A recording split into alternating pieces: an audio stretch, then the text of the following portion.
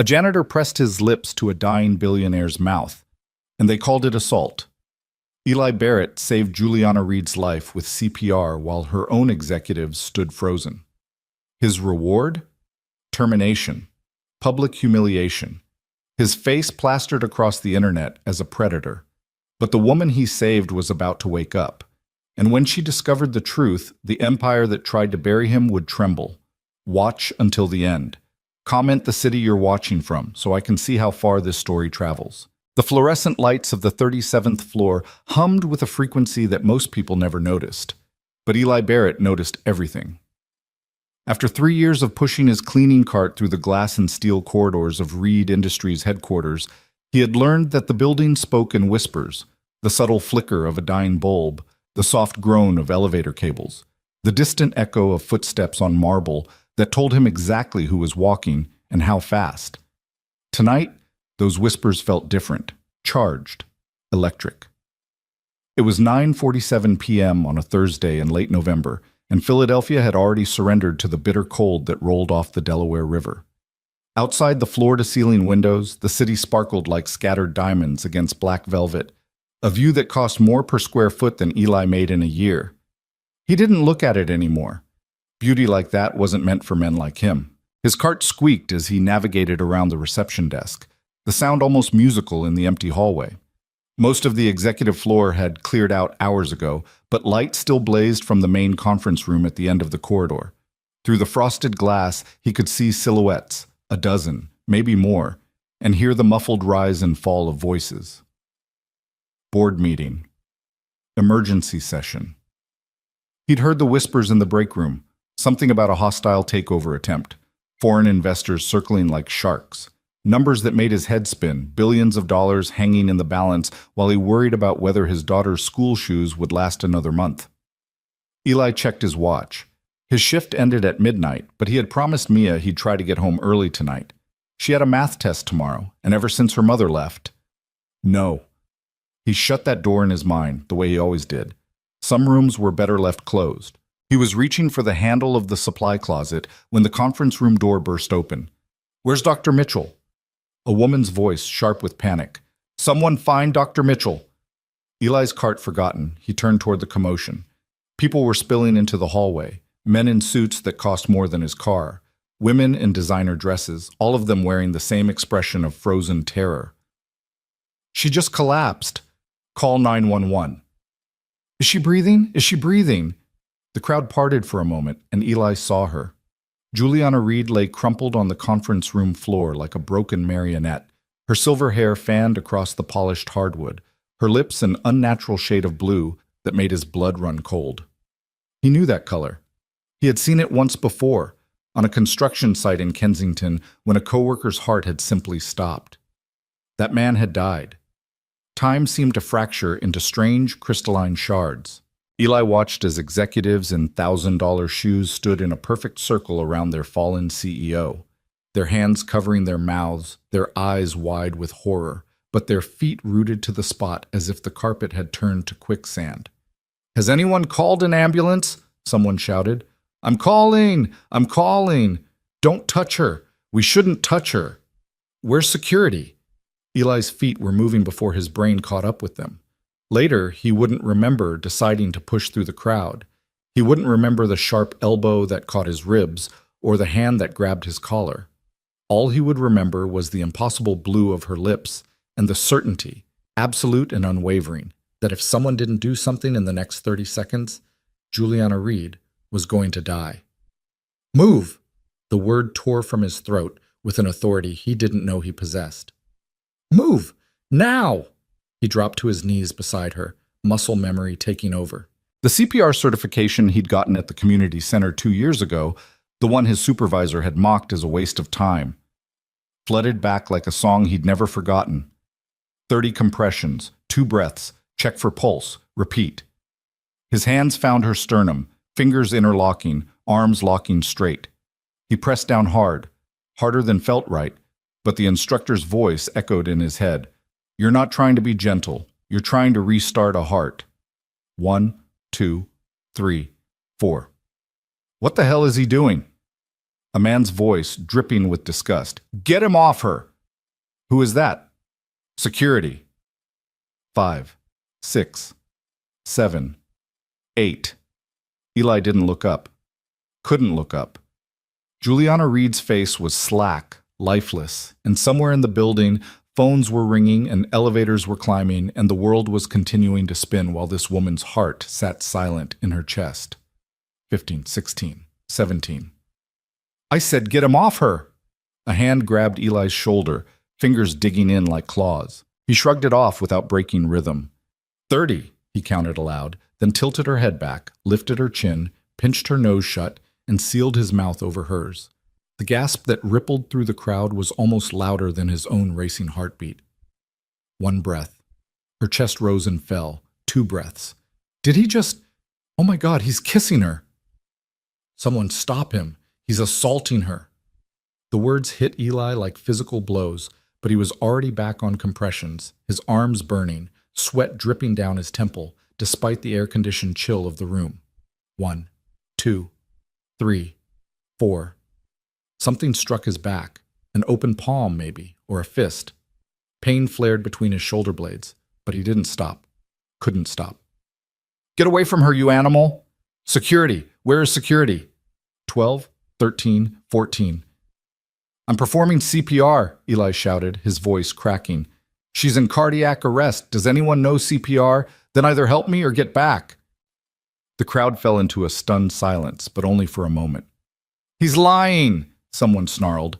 He's taking advantage of her. I saw what he did. That wasn't CPR. 23, 24, 25. Eli's arms screamed in protest. His back throbbed where he'd been struck. And somewhere in the chaos, a small, terrified voice in his head whispered, "This is how it ends. You're going to prison. Mia is going to lose her father because you couldn't just look away like everyone else." But he didn't stop. 29, 30. He tilted her head back again, sealed his mouth over hers, and breathed. 1 breath, 2 breaths. Nothing. He returned to compressions, his vision starting to blur at the edges. How long had it been? 2 minutes? 3? The textbook said brain damage started after 4 minutes without oxygen. Death came soon after. Come on, he pleaded silently, his hands pressing down, down, down. Come on, don't do this. Don't you dare do this. 1, 2, 3. The ambulance is on its way, someone shouted from the hallway. They said 10 minutes. 10 minutes. She'd be dead in 10 minutes. 8, 9, 10. A new figure pushed through the crowd, a tall man with silver-streaked hair and a face carved from granite. Eli recognized him from the employee newsletters. Harper Doyle, Chief Financial Officer, second in command. What in God's name is going on here? Doyle's voice cut through the chaos like a blade. His eyes fell on Eli, on the janitor's hands pressed against the CEO's chest, and something dark flickered across his face. Get this man away from her, now. Sir, I'm performing CPR.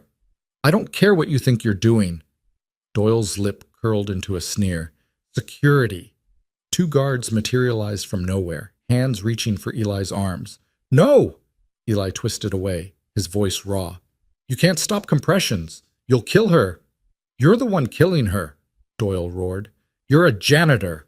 You're not qualified to. I'm certified. I know what I'm doing. Certified? Doyle laughed, a cold, mirthless sound. You push a mop for a living. Get him out of here. The guards grabbed Eli's shoulders, started to drag him back. His hands broke contact with Juliana's chest, and in that moment, the world seemed to hold its breath. No, no, no, no! And then Juliana Reed's body convulsed. Everyone froze. Her back arched off the floor, her mouth opening in a desperate, rattling gasp. Her eyes flew open, wild, unfocused, alive, and her hands clawed at the air as if she were drowning. Eli broke free from the guards and dropped beside her, his hands steadying her shoulders. You're okay. You're okay. Breathe. Just breathe. She gasped again, her chest heaving, color slowly flooding back into her cheeks. Her eyes, a startling shade of gray, locked onto his face. Who? The word came out as a whisper, broken and confused. Who are you? Eli opened his mouth to answer, But before he could speak, Harper Doyle's voice cut through the air like a whip. "Get him out! Now!" The guards didn't hesitate this time. They grabbed Eli under the arms and hauled him to his feet, dragging him backward toward the door as Juliana watched, her eyes still dazed, still searching. "Wait," she mumbled, her voice barely audible. "Wait, he was helping." But the words were lost in the chaos of voices, board members calling for doctors, assistants calling for lawyers, and Harper Doyle standing over Juliana like a vulture over carrion, his face arranged into a mask of concern that didn't quite reach his eyes. The last thing Eli saw before the elevator doors closed was Juliana Reed, propped up against a chair leg, her hand raised in his direction, as if reaching for something she'd already lost. The security office smelled like stale coffee and broken dreams.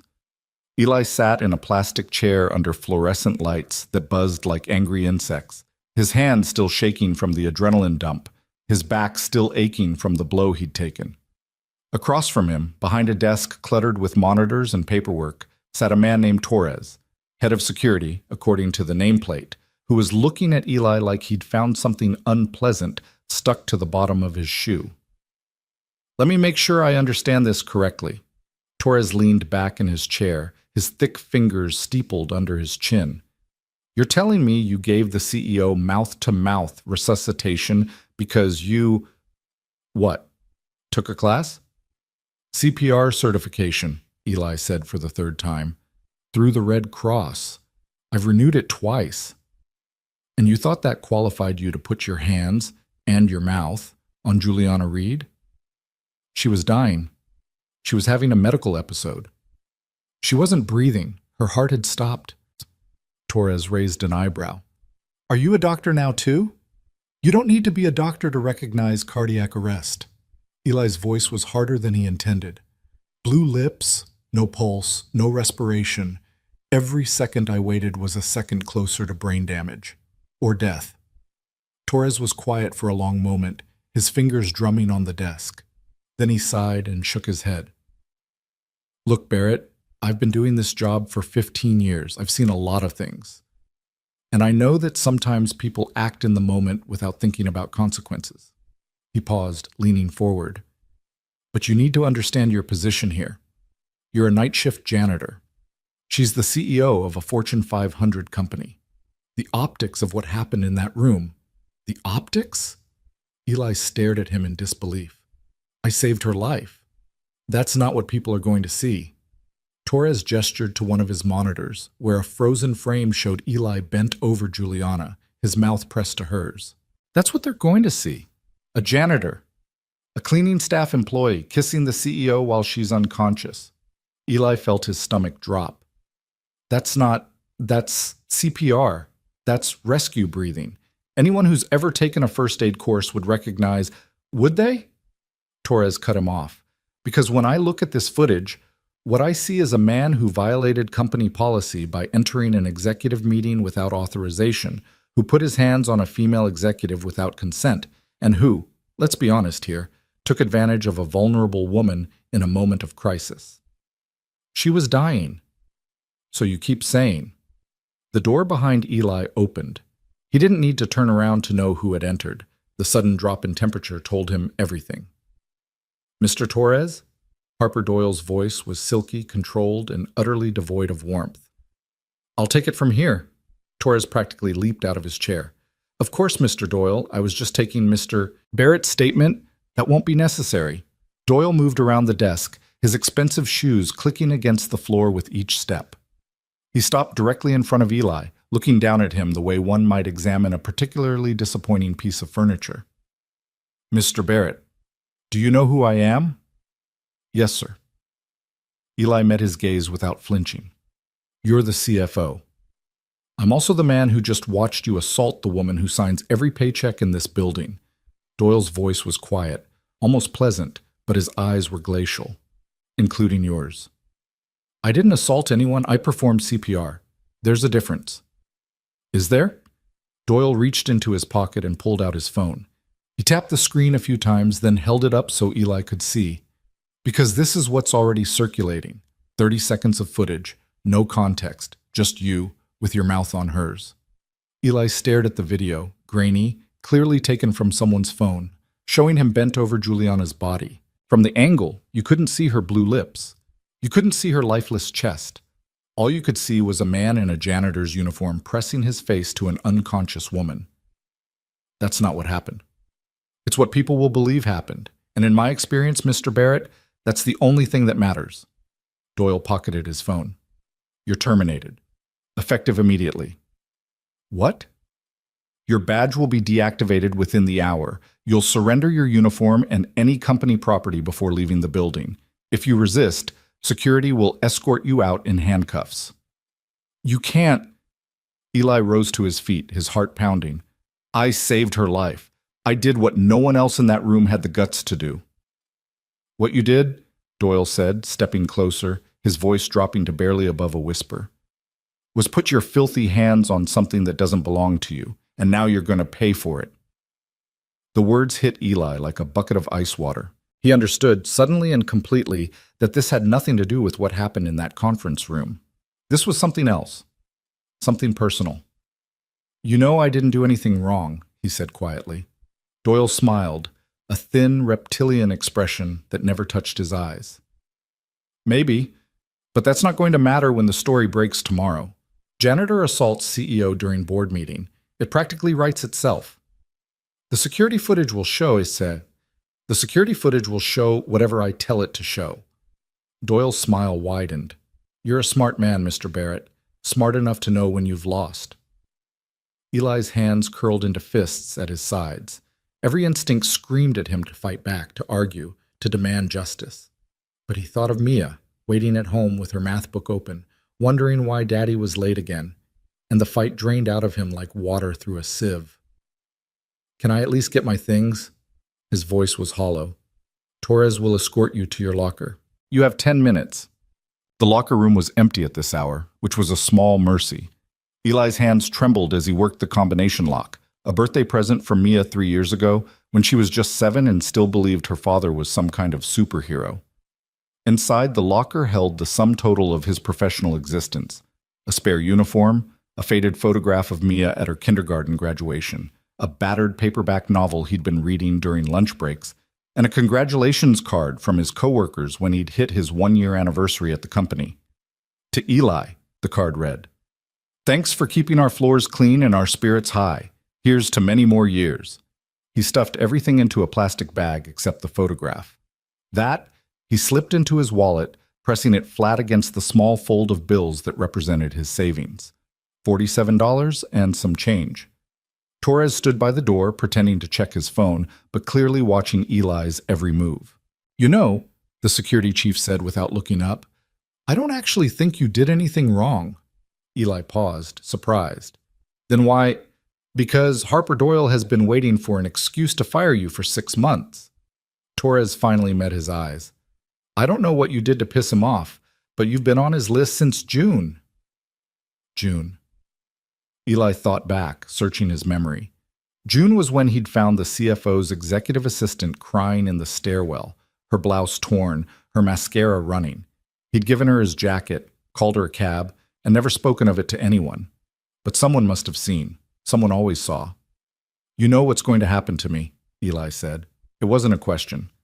Torres nodded slowly. The story's already out. By morning, you'll be the monster who attacked Juliana Reed. No one's going to hire you, not in this city, maybe not anywhere. And there's nothing I can do. You could try to get your side of the story out. Talk to the press, maybe. But, Torres shrugged helplessly, who's going to believe a janitor over a Fortune 500 company? No one. That was the answer, and they both knew it. Eli slung the plastic bag over his shoulder and walked toward the door. He stopped beside Torres, close enough to see the guilt etched into the older man's face. If she asks, Eli said quietly, tell her I'm glad she's alive. Torres blinked. If who asks? Ms. Reed. Eli pushed through the door without looking back. Tell her I'd do it again. The walk home took 47 minutes. Eli could have taken the bus, but the night air was sharp and cold, and he needed time to think. Or maybe to stop thinking. The streets of West Philadelphia slid past him like scenes from someone else's life. The corner bodega where he bought Mia's favorite cereal, the playground where he'd taught her to ride a bike, the library where she spent Saturday mornings devouring books twice her reading level. All of it suddenly felt fragile, temporary, like a sandcastle waiting for the tide. He pulled out his phone and stared at the screen. No missed calls from the school nurse, no texts from the neighbor who sometimes watched Mia when his shifts ran late. Just a single notification from a news app. Breaking. Security footage shows Reed Industries employee in shocking incident with CEO. He clicked the link before he could stop himself. The article was short on facts and long on insinuation. It included the same grainy still frame that Doyle had shown him, along with quotes from anonymous sources who described the alleged assault as deeply disturbing and completely out of character for the company's normally professional environment. His name wasn't mentioned yet. Small mercy. The comments section was worse.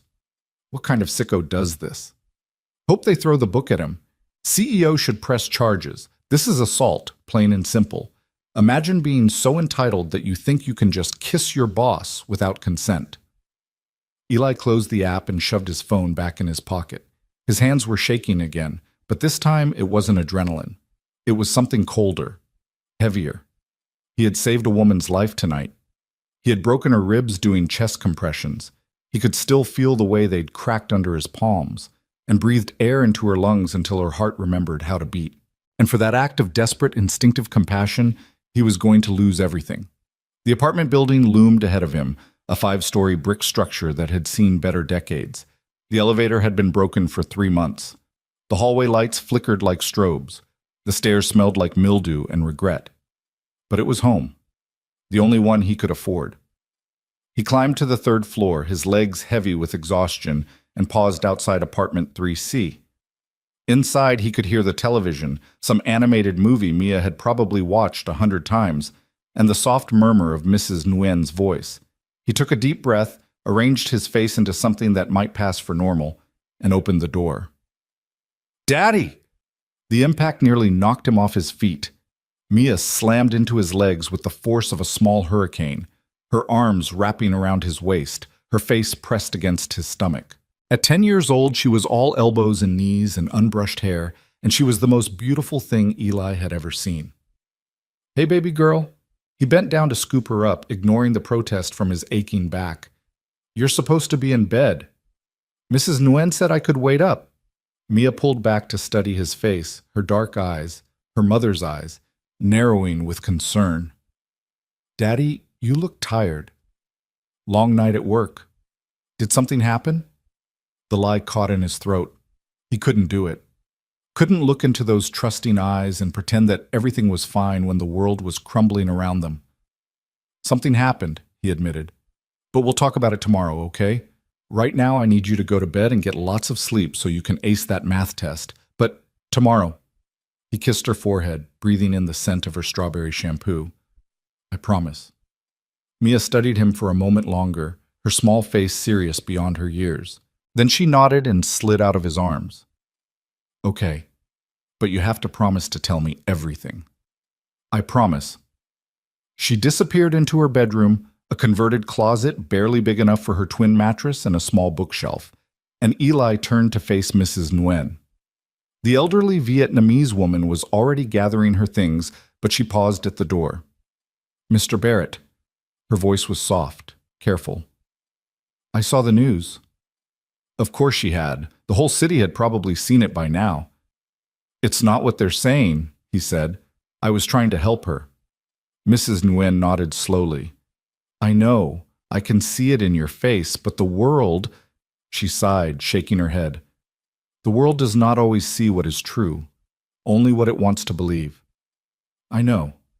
You're a good man, Mr. Barrett. Whatever happens, remember that. You are a good man." She left without another word, closing the door gently behind her. Eli stood in the empty living room, if you could call a space barely bigger than a closet a living room, and felt the weight of the night settle onto his shoulders like a physical thing. He had saved a woman's life, and tomorrow the world would call him a monster.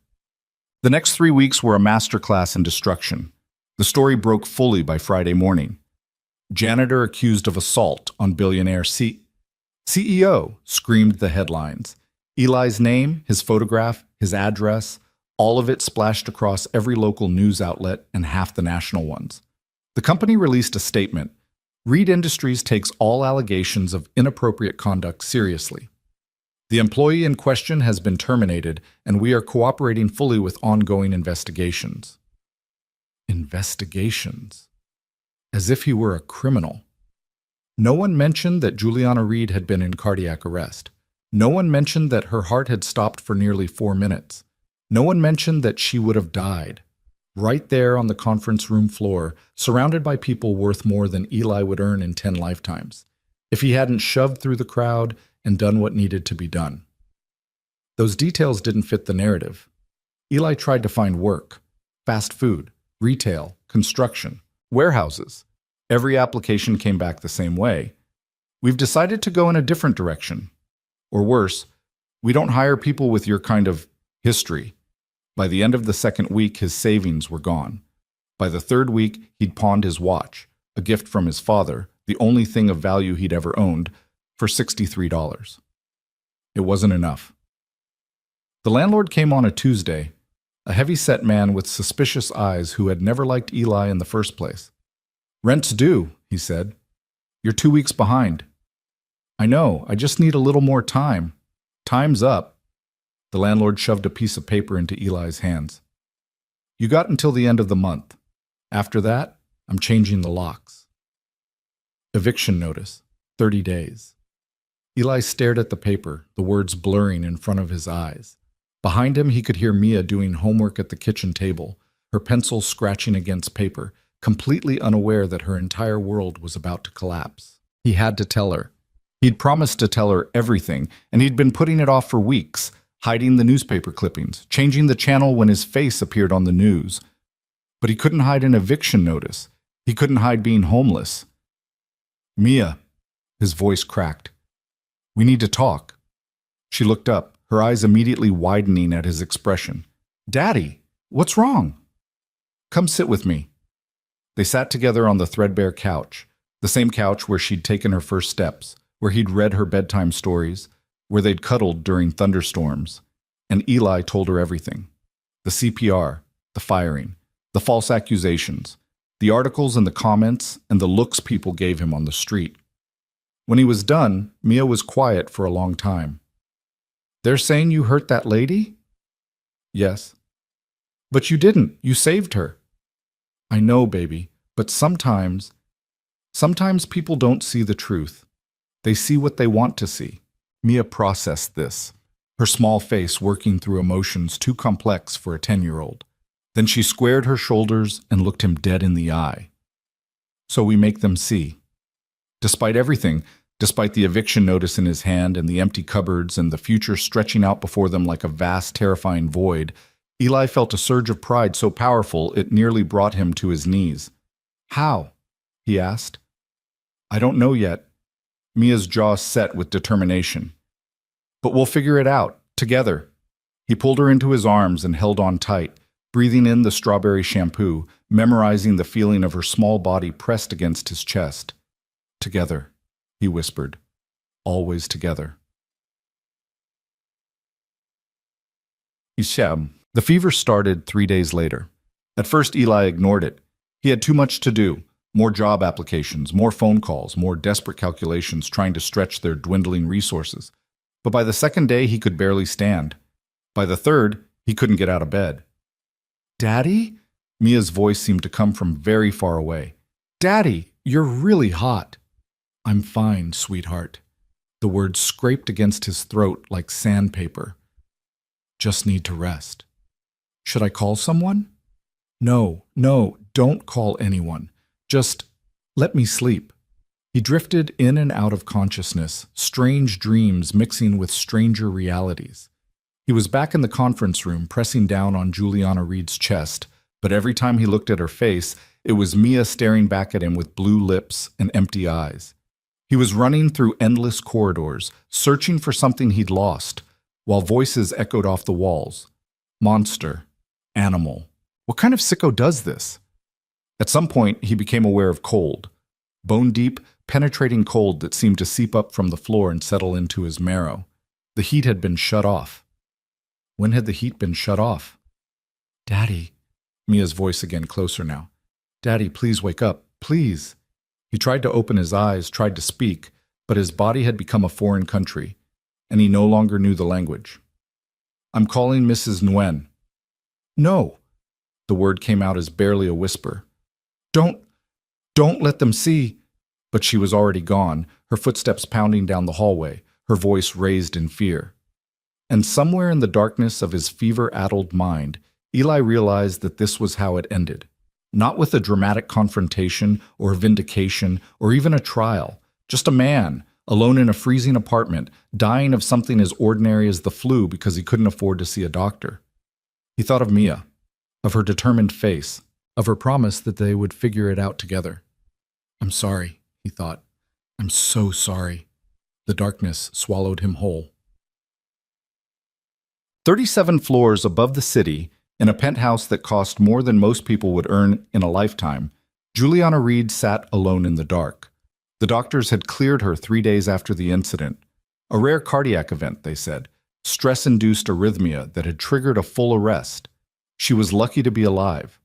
A few more minutes without intervention, and she would have suffered permanent brain damage. Or worse. But no one would tell her who had intervened. Every time she asked about the board meeting, about what happened, about who had saved her life, she was met with careful deflections and changed subjects. Harper assured her that everything was under control. The board members offered condolences and well wishes. Her personal assistant brought her files and reports as if nothing had happened. But something had happened. She knew it. She could feel it, like a splinter lodged beneath her skin, too deep to see but impossible to ignore. The voice, the hands, the desperation in someone's cry, "Come on, don't do this, don't you dare do this." She remembered fragments, hands pressing on her chest, air forcing its way into her lungs, a face hovering above hers, blurry, unfocused, but undeniably present. A man's voice, rough with fear, but steady with purpose. You're okay. You're okay. Breathe. Just breathe. Who was he? The question haunted her through sleepless nights and distracted days. She found herself staring at the photographs on her desk, the carefully curated images of herself at charity galas and business summits, always smiling, always perfect, and wondering what those pictures would show if she had died. A legacy of press releases and profit margins, board meetings and bottom lines. Nothing real. Nothing that mattered. Tonight, like every night since she'd come home from the hospital, she sat by the window and watched the city lights blur through the glass. Her phone buzzed with the message from Harper, another update about quarterly projections, another reminder about tomorrow's schedule. But she didn't reach for it. Instead, she spoke aloud, her voice barely more than a whisper in the empty room. Who are you? The city didn't answer, but somewhere far below, in a freezing apartment in West Philadelphia, a janitor was fighting for his life, just as he had once fought for hers. And Juliana Reed, whether she knew it or not, was about to learn the truth. The sound of pounding on the door pulled Eli from the darkness like a hand reaching into deep water. He couldn't tell how long he'd been unconscious. Minutes, hours, days. Time had become a foreign concept, measured only in the waves of fever that crashed over him and the brief moments of clarity that surfaced between them. Mr. Barrett, open the door. Mrs. Nguyen's voice, and another voice, younger, more frantic, more familiar. Daddy, please! Mia! The sound of his daughter's terror cut through the fog like a knife.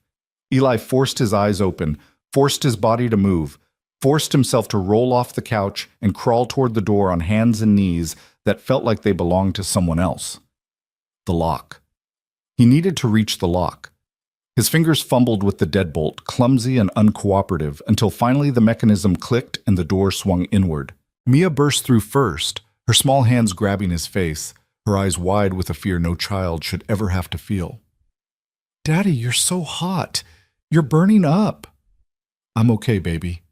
The lie scraped against his throat. Just need to rest. You've been resting for 2 days. Mrs. Nguyen's face appeared above him, creased with worry. Mr. Barrett, you need a doctor. Can't afford a doctor. Then we call ambulance. No. The word came out sharper than he intended. No ambulances, no hospitals. They'll ask questions. They'll take Mia. Mrs. Nguyen's expression shifted from worry to understanding, and then to something that looked almost like grief. Mr. Barrett, you will die. Then I'll die. Eli's eyes found Mia's face, and he tried to smile. But not tonight. Help me back to the couch. Between the two of them, the elderly woman and the 10-year-old girl, they managed to drag him back to the threadbare cushions. Mrs. Nguyen disappeared into the kitchen and returned with a wet cloth, pressing it against his forehead, while muttering something in Vietnamese that sounded like a prayer. Mia, you stay with him. I go get medicine from my apartment. Okay. Mia's voice was small but steady. She climbed onto the couch beside her father, pressing her body against his as if she could somehow transfer her warmth, her health, her life force into him through sheer force of will. I'm scared, Daddy. I know, sweetheart. I know. Are you going to die? The question hung in the air, impossibly heavy. Eli wanted to lie, wanted to tell her that everything would be fine, that this was just a cold, that he'd be back on his feet in no time. But looking into those dark eyes, so much like her mother's, he couldn't do it. He had promised to tell her everything. He had promised never to lie. I don't know, he said finally, but I'm going to fight. I'm going to fight as hard as I can. Like you fought for that lady? The CEO? Yes. His voice cracked. Just like that. Mia was quiet for a moment, her small fingers tracing patterns on his chest. Did you really save her life, Daddy? I did. And they fired you anyway? They did. And now everyone thinks you're a bad person? Yes. Another pause. Then, in a voice barely above a whisper, that's not fair. Eli closed his eyes against the tears that threatened to spill. No, baby, it's not fair, but life isn't always fair. The important thing isn't what people think of you. The important thing is what you know to be true. And I know that I did the right thing, even if no one else believes it. Mrs. Nguyen returned with a handful of pills, expired antibiotics, over-the-counter fever reducers, vitamins that had probably lost their potency years ago. It wasn't much, but it was something. Eli swallowed them dry, grimacing at the bitter taste, and let himself sink back into the cushions. You rest now, Mrs. Nguyen said. I come back in a few hours to check on you. Thank you for everything. You saved Rich Lady's life. Someone should save yours too. She left, and Eli was alone with his daughter in the freezing apartment, the wind howling outside the drafty windows, the darkness pressing in from all sides. He pulled Mia closer, breathing in the strawberry scent of her hair, and made a silent promise to whatever God might be listening. Please, please let me live, not for me, for her. The fever rose and fell throughout the night like ocean tides. Sometimes Eli was aware of his surroundings, the scratchy fabric of the couch beneath him, Mia's steady breathing against his chest, the distant wail of sirens that seemed to come from another world. Other times he was lost in nightmares, trapped in an endless loop of the boardroom incident, reliving the moment of impact over and over again. In his dreams, Juliana Reed's eyes were open, staring at him with an expression he couldn't read. Sometimes she was grateful. Sometimes she was accusing. And sometimes, most terrifyingly, she simply faded away, her body dissolving into mist while he screamed and clawed at empty air. When morning finally came, gray and colorless through the dirty windows, Eli was still alive. Barely. The fever had broken sometime in the night, leaving him weak as a newborn kitten, but no longer delirious. He lay on the couch for a long time, staring at the water stains on the ceiling, taking inventory of his body. Everything hurt. His muscles ached from days of tension and trembling. His head throbbed with a dull, persistent pain that seemed to pulse behind his eyes. But he could think. He could move. He could survive. Mia was still curled against him, her face peaceful in sleep. He watched her breathe, in and out, and felt something that might have been hope spark in his chest. They had made it through the night. Now they just had to make it through everything else. The eviction notice was still on the kitchen counter where he'd left it, the deadline looming like a guillotine blade. 10 days. He had 10 days to find money he didn't have, to get a job no one would give him, to somehow rebuild a life that had been systematically destroyed. It seemed impossible. And yet, looking at his daughter's sleeping face, Eli knew he had to try.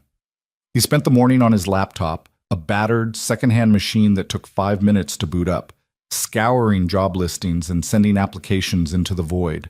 Each one felt like throwing a message in a bottle into an endless ocean. No response, no acknowledgement, just silence, stretching out before him like a desert. By noon, his inbox was still empty except for spam. By evening, he had applied to 47 positions and received 0 callbacks.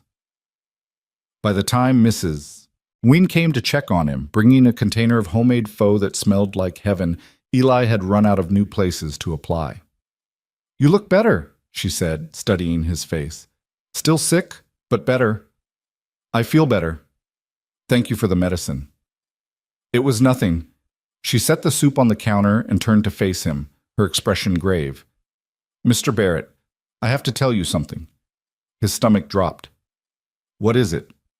"Your landlord.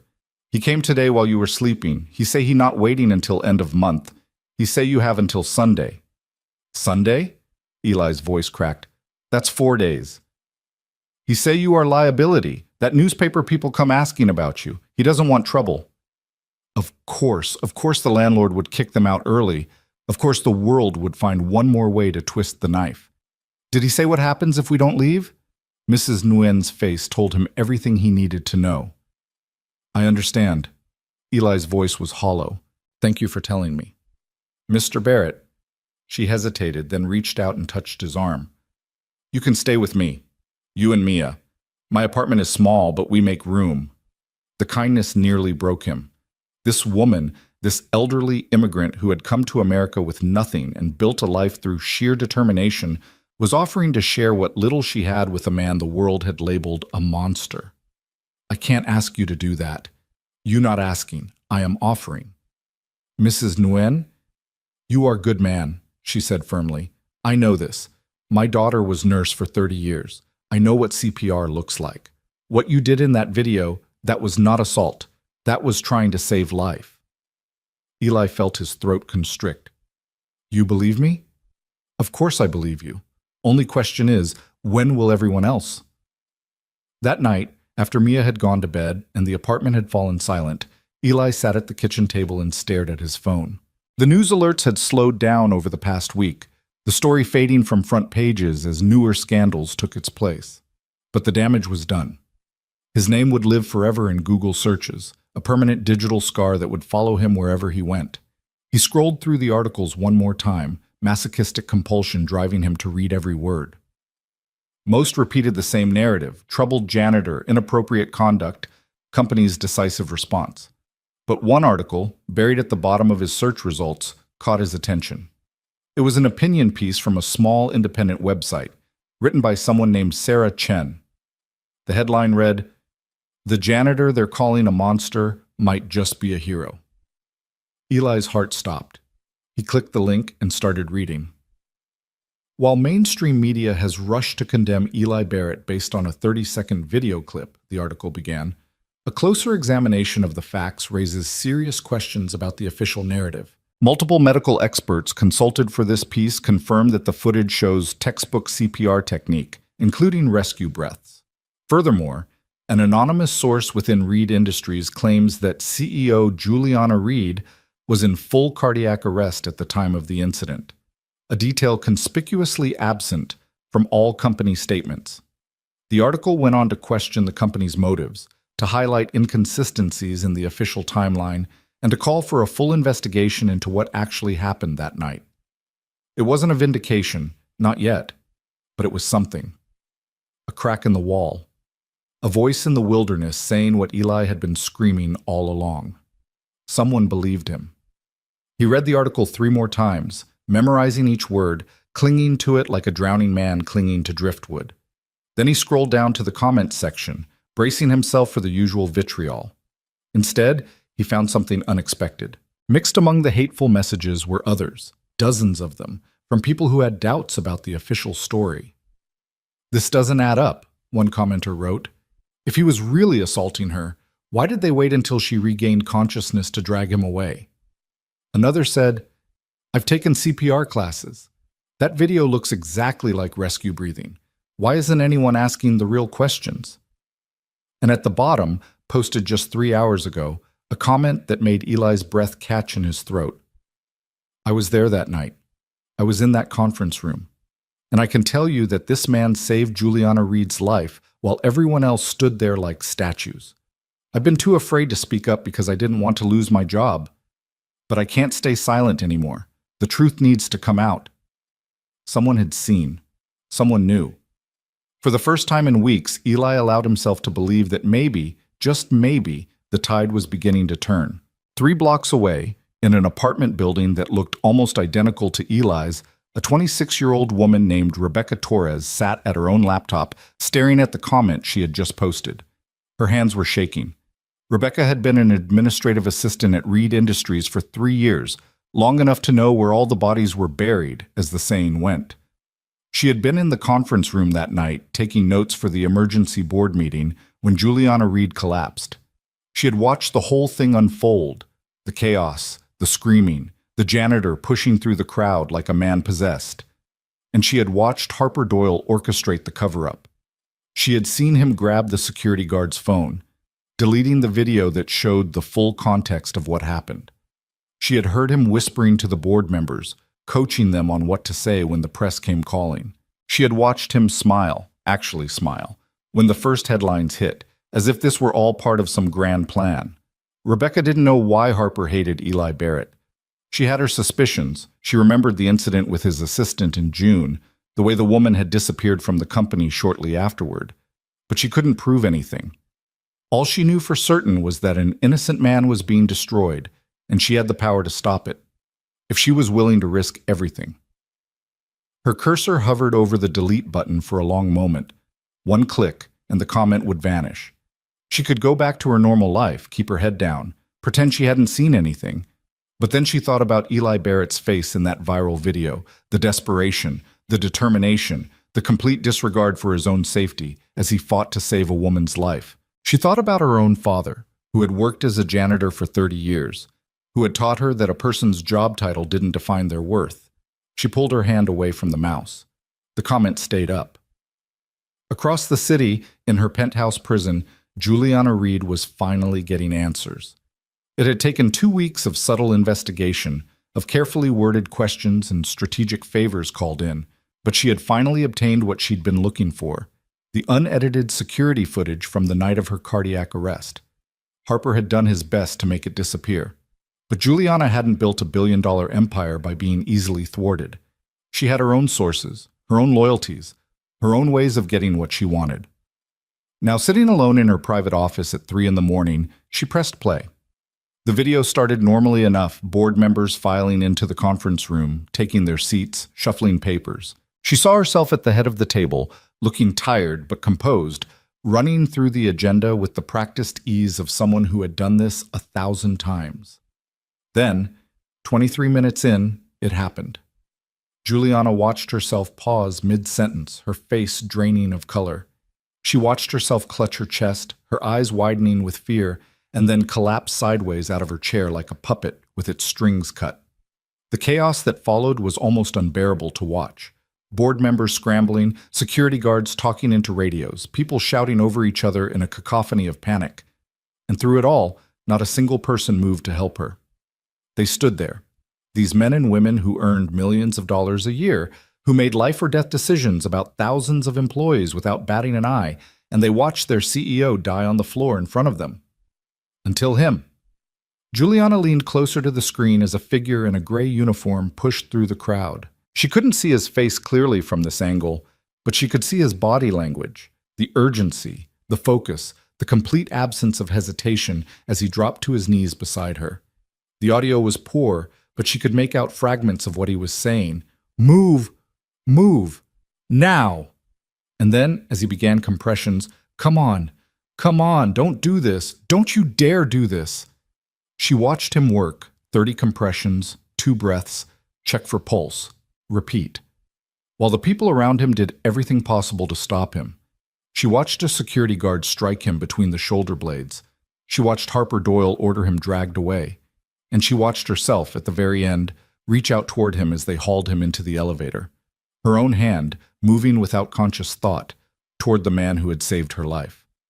Juliana paused the video and sat in the darkness for a long time, staring at that frozen image, her hand reaching, his face barely visible through the elevator doors, a mixture of exhaustion and defeat. "Who are you?" she whispered again, just as she had whispered every night since the incident. This time, she was going to find out. The call came at 6 a.m. Juliana had spent the rest of the night making phone calls, pulling strings, demanding information that her own executives had worked hard to bury. By dawn, she had a name, an address, and a story that made her blood boil. Eli Barrett, night shift janitor, single father, CPR certified through the Red Cross, fired for inappropriate conduct the same night he had performed the act that saved her life. And now, according to the latest reports, he was facing eviction. Blacklisted from employment, his reputation destroyed beyond repair, because he had the audacity to not look away. Juliana Reed had built her career on calculated decisions, on weighing costs and benefits, on never letting emotion cloud her judgment. But as she read through the file on Eli Barrett, his employment records, his background check, the glowing performance reviews from supervisors who praised his work ethic and reliability, something inside her cracked. This man had nothing, no money, no connections, no power of any kind. And yet, when everyone else in that room had frozen, he had acted. He had risked everything, his job, his reputation, his freedom, for a woman he had never met. When was the last time anyone had done something like that for her? When was the last time she had done something like that for anyone? The questions burned in her chest as she reached for her phone. "Margaret?" Her assistant answered on the second ring, despite the early hour. "I need a car." "Of course, Ms. Reed. Where would you like to go?" Juliana looked down at the address scrawled on the notepad in front of her. West Philadelphia, a neighborhood she had never visited, in a part of the city she had spent her entire life pretending didn't exist. "I'm going to right a wrong," she said, "and I need to do it now." The Blacktown car rolled through streets that seemed to belong to a different planet. Juliana stared out the tinted windows at boarded-up storefronts and crumbling sidewalks, at men huddled around barrel fires and women pushing shopping carts filled with everything they owned. This was Philadelphia, too, the same city where she lived in a penthouse that cost more than these people would see in a lifetime. But it might as well have been another country. How had she never seen this before? The car stopped in front of a 5-story brick building that looked like it had been tired since the day it was built. Graffiti covered the lower walls. Trash piled in the entryway. A broken window on the 3rd floor was covered with cardboard and duct tape. "Are you sure about this, Ms. Reed?" Her driver's voice was carefully neutral, but she could hear the concern underneath.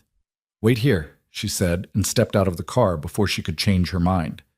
The lobby smelled like mildew and something else she couldn't identify. The elevator had an out-of-order sign that looked like it had been there for years.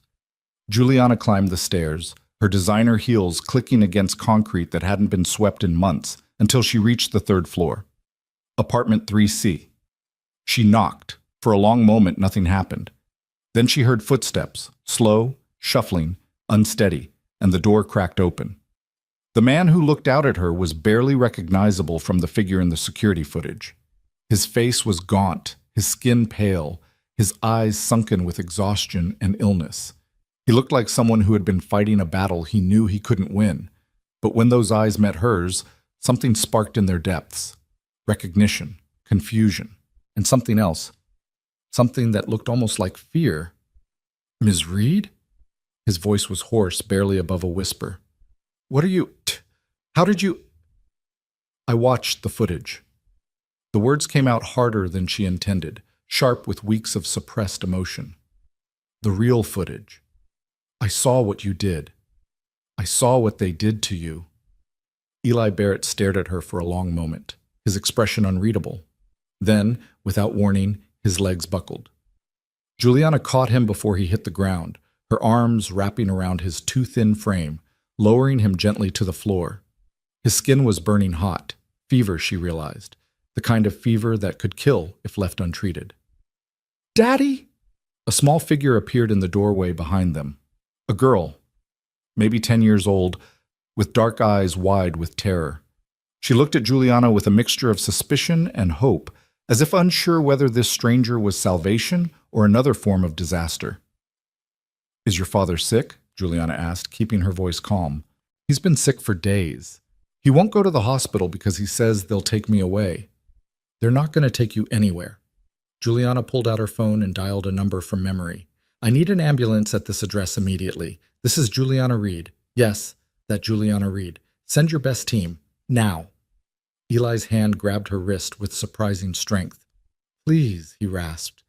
"Mia, don't let them separate us." Juliana looked down at him. This man who had saved her life, who was now delirious with fever, whose only concern was for his daughter. "I won't," she said. "I promise you. I won't let anyone hurt your family. Not anymore." The ambulance arrived in 7 minutes. A new record, the paramedics would later say, though they didn't mention that they had broken approximately 4 traffic laws to get there after hearing who had made the call. Juliana rode in the back with Eli, holding his hand as the paramedics worked, watching his vital signs fluctuate on the monitors above. Mia sat beside her, small and silent, refusing to let go of her father's other hand even when the EMTs gently suggested she move. "He saved my life," Juliana said quietly, to no one in particular. "He's a hero, and I let them destroy him."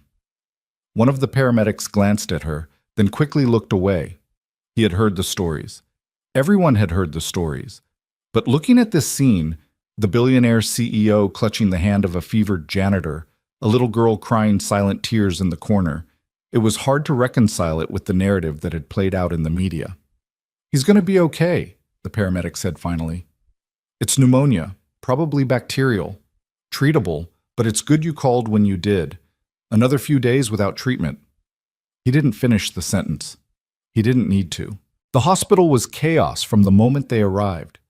News of Juliana Reed's presence spread like wildfire through the building, bringing administrators and publicists and security personnel swarming like bees to honey. She ignored them all, following the gurney that carried Eli Barrett into the emergency room, refusing to leave his side even when an officious-looking man in a suit tried to steer her toward a private waiting area. "Ms. Reed, please, the media attention." "I don't care about the media." Her voice cracked like a whip. "This man saved my life. I'm not leaving him." The administrator opened his mouth to argue, took one look at her expression, and wisely retreated. They admitted Eli to a private room, Juliana insisted, and offered to cover all expenses, and began pumping him full of antibiotics and fluids. Mia curled up in a chair by his bed, her hand still clutching his, her eyes never leaving his face.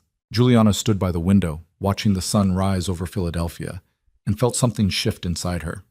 Something fundamental. Something that had been dormant for so long she had forgotten it existed. For 25 years she had built her empire on one simple principle: never let anyone get close enough to hurt you. Trust was weakness. Vulnerability was failure. The only things you could depend on were contracts and quarterly earnings reports. But Eli Barrett hadn't thought about contracts when he pushed through that crowd. He hadn't calculated the risk-benefit ratio before dropping to his knees beside her dying body. He had simply acted because it was the right thing to do. When was the last time she had done something simply because it was right? The question haunted her as the hours passed, as doctors came and went, as Eli's fever slowly broke and his breathing steadied. It haunted her as she made phone calls to her lawyers, her publicists, her board of directors. It haunted her as she drafted statements and reviewed security footage and built a case that would exonerate Eli Barrett once and for all. By noon, she was ready. By evening, the world would know the truth. But first she had to make another call, one that she had been dreading all day. She stepped into the hallway, found a quiet corner, and dialed Harper Doyle's private number. He answered on the 3rd ring. "Juliana, I've been trying to reach you all morning. Where are you?" "I'm at Temple University Hospital." A pause. "Are you ill? Do you need me to send someone?" "I'm not ill, Harper. I'm here with Eli Barrett." Silence. Long, heavy, pregnant with implication. "I see." When Harper spoke again, his voice was carefully neutral. "And why, exactly, are you with the man who assaulted you?" "He didn't assault me." He saved my life. And you know it. Juliana, I understand you're grateful for what you perceive as... I've seen the footage, Harper. She cut him off, her voice cold as ice. The real footage. All of it, including the parts you tried to delete. Another silence, longer this time. When Harper finally spoke, all pretense of warmth had vanished from his voice. You're making a mistake. The only mistake I made was trusting you to handle this situation. That ends now. Think very carefully about what you're doing, Juliana. This man is a liability, a public relations nightmare. If you try to rehabilitate his reputation, it will drag the company. The company will survive. It always does. Juliana's grip tightened on the phone. But I'm not sure you will. Not after I tell the board what really happened that night. You wouldn't. Watch me. She hung up before he could respond, her heart pounding in her chest. She had just declared war on the second most powerful person in her company, a man who had spent years building alliances and accumulating leverage. Who knew where all the bodies were buried because he had buried most of them himself? It was the most reckless thing she had ever done, and it felt absolutely right. When she returned to Eli's room, he was awake. His eyes were clearer now. The fever brightness faded to something more like normal exhaustion. He was propped up against pillows, one hand still holding Mia's, the other clutching a cup of water that a nurse had brought earlier. Miss Reed. His voice was still hoarse, but stronger than before. I don't understand. Why are you here? Juliana pulled a chair over to his bedside and sat down, meeting his eyes directly. Because I owe you everything, and because I've done you a terrible wrong. You didn't do anything. It was Doyle, it was the board, it was my company. The words came out harder than she intended. My company, my employees, my responsibility. I should have asked questions. I should have demanded answers. Instead, I let them tell me what happened, and I believed them because it was easier than searching for the truth. Eli was quiet for a long moment, his expression unreadable. Then, slowly, he nodded. I understand. Do you? Because I'm not sure I do. Juliana leaned forward, her voice dropping. You had nothing to gain by saving me. Nothing. You weren't trying to get a promotion or a bonus or a favor. You just acted because it was the right thing to do. It's what anyone would have done. No. She shook her head firmly. It's not. I was in that room for 4 minutes before you arrived. 4 minutes. Surrounded by people who have known me for years, who call themselves my colleagues and friends. Not one of them lifted a finger to help me. Not one. Eli's jaw tightened. They were scared. They were cowards, there's a difference. Juliana reached out and took his free hand, surprising herself with the gesture. You're not a coward, Eli Barrett. You're the bravest person I've ever met, and I'm going to make sure the whole world knows it. Before he could respond, the door to the room burst open. A woman stood in the doorway, young, professional, her face flushed with a mixture of fear and determination. Juliana recognized her after a moment, Rebecca Torres, an administrative assistant who had been with the company for 3 years. Ms. Reed, Rebecca's voice trembled slightly. I'm sorry to interrupt, but there's something you need to see. She held out her phone, the screen displaying a social media post that had gone viral in the past hour. It was the same opinion article that Eli had found the night before, but now it had been shared thousands of times, accompanied by a hashtag that was currently trending nationally. #Justice for Eli Barrett. It's everywhere, Rebecca said. People are demanding answers. They're calling for an investigation, and... She hesitated, glancing at Eli. I posted a comment last night, anonymous, about what really happened. It's gotten a lot of attention. Juliana looked at the young woman, at the fear in her eyes warring with something stronger, conviction maybe, or simple human decency. You were there, Juliana said softly. In the conference room. Rebecca nodded. I saw everything. I saw Mr. Barrett save your life. I saw Mr. Doyle. I saw what he did afterward. She swallowed hard. I've been afraid to speak up, afraid of losing my job. But I can't stay silent anymore. Not when an innocent man is being destroyed. Juliana stood up, walked over to Rebecca, and did something that surprised them both. She hugged her. Thank you, she whispered. Thank you for being brave when I wasn't. When she pulled back, Rebecca's eyes were shining with tears. What do we do now? Juliana looked at Eli, at Mia, at Rebecca, at the small army of truth that had somehow assembled in this hospital room. Then she smiled, a real smile, the first one she had felt in weeks. Now, she said, we burn it all down. The press conference was scheduled for 6 o'clock that evening. Juliana had spent the afternoon on the phone with her lawyers, her publicists, her most trusted board members. She had compiled evidence, drafted statements, prepared for every possible question. She had also quietly initiated an investigation into Harper Doyle's conduct, not just regarding Eli Barrett, but regarding a pattern of behavior that stretched back years. The conference room at Reed Industries headquarters was packed with reporters, cameras, microphones. The same room where, 3 weeks earlier, Juliana had collapsed and Eli Barrett had saved her life. She stood at the podium, looking out at the sea of faces, and took a deep breath. Ladies and gentlemen, thank you for coming. I'm here today to set the record straight about an incident that occurred at this company 3 weeks ago, and about the man who has been falsely accused of assault ever since. A murmur rippled through the crowd. Cameras flashed. On the night of November 15th, I suffered a cardiac arrest during a board meeting. For approximately 4 minutes, my heart stopped beating. During that time, every person in this room, executives, board members, security personnel, stood by and did nothing. The murmur grew louder. Every person except one, a night shift janitor named Eli Barrett, who pushed through the crowd, dropped to his knees beside me, and performed CPR until my heart started beating again. He saved my life. And for that act of heroism, this company fired him, blacklisted him, and allowed a false narrative to spread that destroyed his reputation and nearly cost him everything. She paused, letting the words sink in.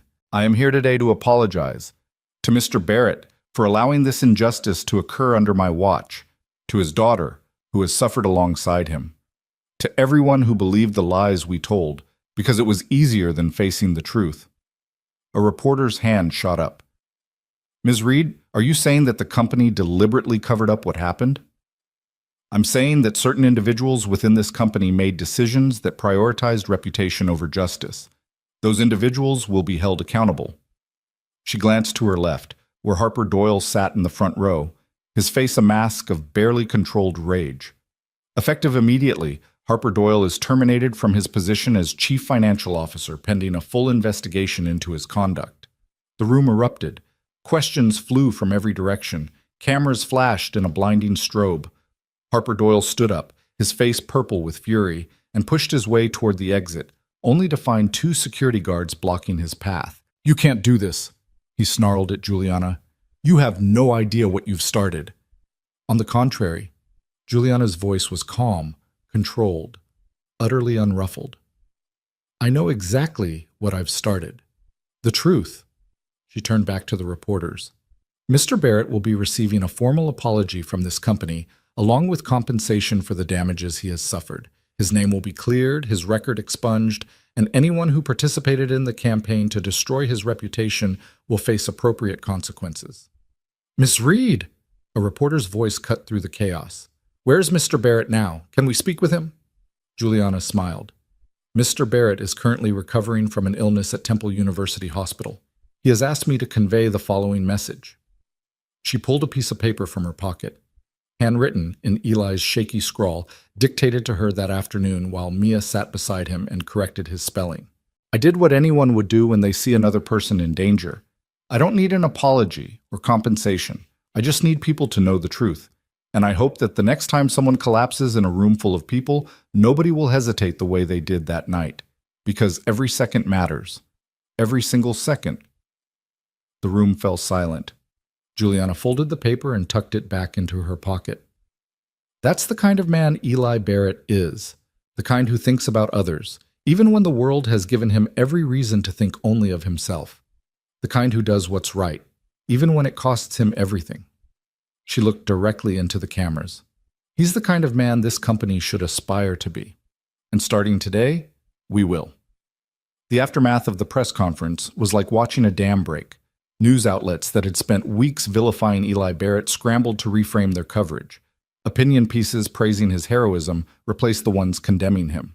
The hashtag Justice for Eli Barrett exploded across social media, joined by hashtag Healthcare for Heroes and hashtag Protect Good Samaritans. In his hospital room, Eli watched it all unfold on the small television mounted to the wall, Mia curled against his side, Mrs. Nguyen sitting in the chair by the window. "Daddy, you're famous," Mia said, her voice filled with wonder. "I'm not famous." Eli's voice was hoarse. I'm just me. You're a hero." Mrs. Nguyen's eyes were bright with tears. "I told you, good man." Eli didn't know how to respond to that. For 3 weeks, he had been a monster, a predator, a cautionary tale about what happens when someone from the wrong side of the tracks dares to touch someone important. And now, in the span of a single afternoon, he had become something else entirely.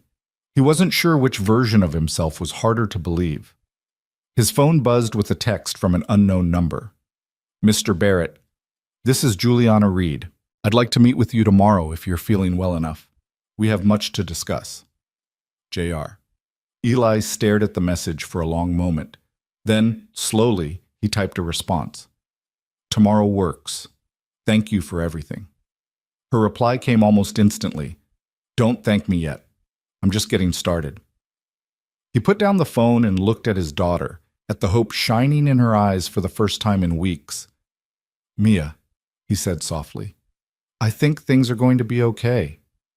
"I know, Daddy." She snuggled closer. "I knew they would be, because you're a good person, and good people win in the end." Eli wanted to believe that. He wanted to believe that the universe rewarded kindness and punished cruelty, that truth always triumphed over lies, that doing the right thing would eventually lead to the right outcome. But he had seen too much of the world to believe in fairy tales. What he did believe in was his daughter, her determination, her faith, her stubborn insistence that the world could be better than it was. Maybe that was enough.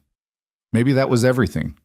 He closed his eyes, Mia's warmth against his side, and for the first time in 3 weeks, he slept without nightmares. Outside the window, the lights of Philadelphia sparkled like scattered diamonds against black velvet. The same view that had seemed so cold and distant from the 37th floor of Reed Industries headquarters. But from here, at ground level, surrounded by people who had chosen to believe in him, the lights looked different. They looked like hope. The morning sun filtered through the hospital blinds in pale golden stripes, painting patterns across Eli's face as he slowly opened his eyes. For a moment, he didn't know where he was. The ceiling was too white. The bed was too soft. The air smelled like antiseptic and clean linens instead of mildew and desperation. Then memory returned in a flood, and he sat up so quickly his head spun. "Easy, Daddy." Mia's voice came from somewhere to his left. "The doctor said you need to rest." He turned to find his daughter sitting in the same chair she'd occupied for the past 2 days, a worn paperback book open in her lap. Her hair was tangled, her clothes rumpled, but her eyes were bright with something that looked almost like peace. "How long was I asleep?" 12 hours. Mia set down her book and climbed onto the edge of his bed, careful not to jostle the IV line still attached to his arm. "Ms. Reed came by last night while you were sleeping. She left you something." She pointed to the bedside table, where a thick manila envelope sat propped against a vase of flowers. Eli reached for it with trembling fingers, sliding out a sheaf of documents that made his breath catch in his throat. The first page was a formal letter of apology from Reed Industries, signed by Juliana Reed herself. The second was a check for an amount so large that Eli had to count the zeros 3 times to make sure he wasn't hallucinating. The third was a stack of printed news articles, each one telling the same story. Janitor hailed as hero after CEO clears his name, and at the bottom, handwritten on cream-colored stationery, a note. "Mr. Barrett, this is the beginning, not the end. I'll see you at 2 p.m. Juliana Eli stared at the note for a long moment, trying to reconcile the words on the page with the reality of his situation. 3 days ago, he had been dying in a freezing apartment, blacklisted from every job in the city, watching his daughter's future crumble around them. Now he was holding more money than he'd ever seen in his life. His name was trending on social media for the right reasons, and the most powerful woman in Philadelphia wanted to meet with him. It felt like a dream. The kind of dream you were afraid to believe in because waking up would hurt too much. Daddy? Mia's voice was soft. Are you okay? I don't know, sweetheart. He set down the papers and pulled her close, breathing in the familiar scent of her strawberry shampoo. I honestly don't know.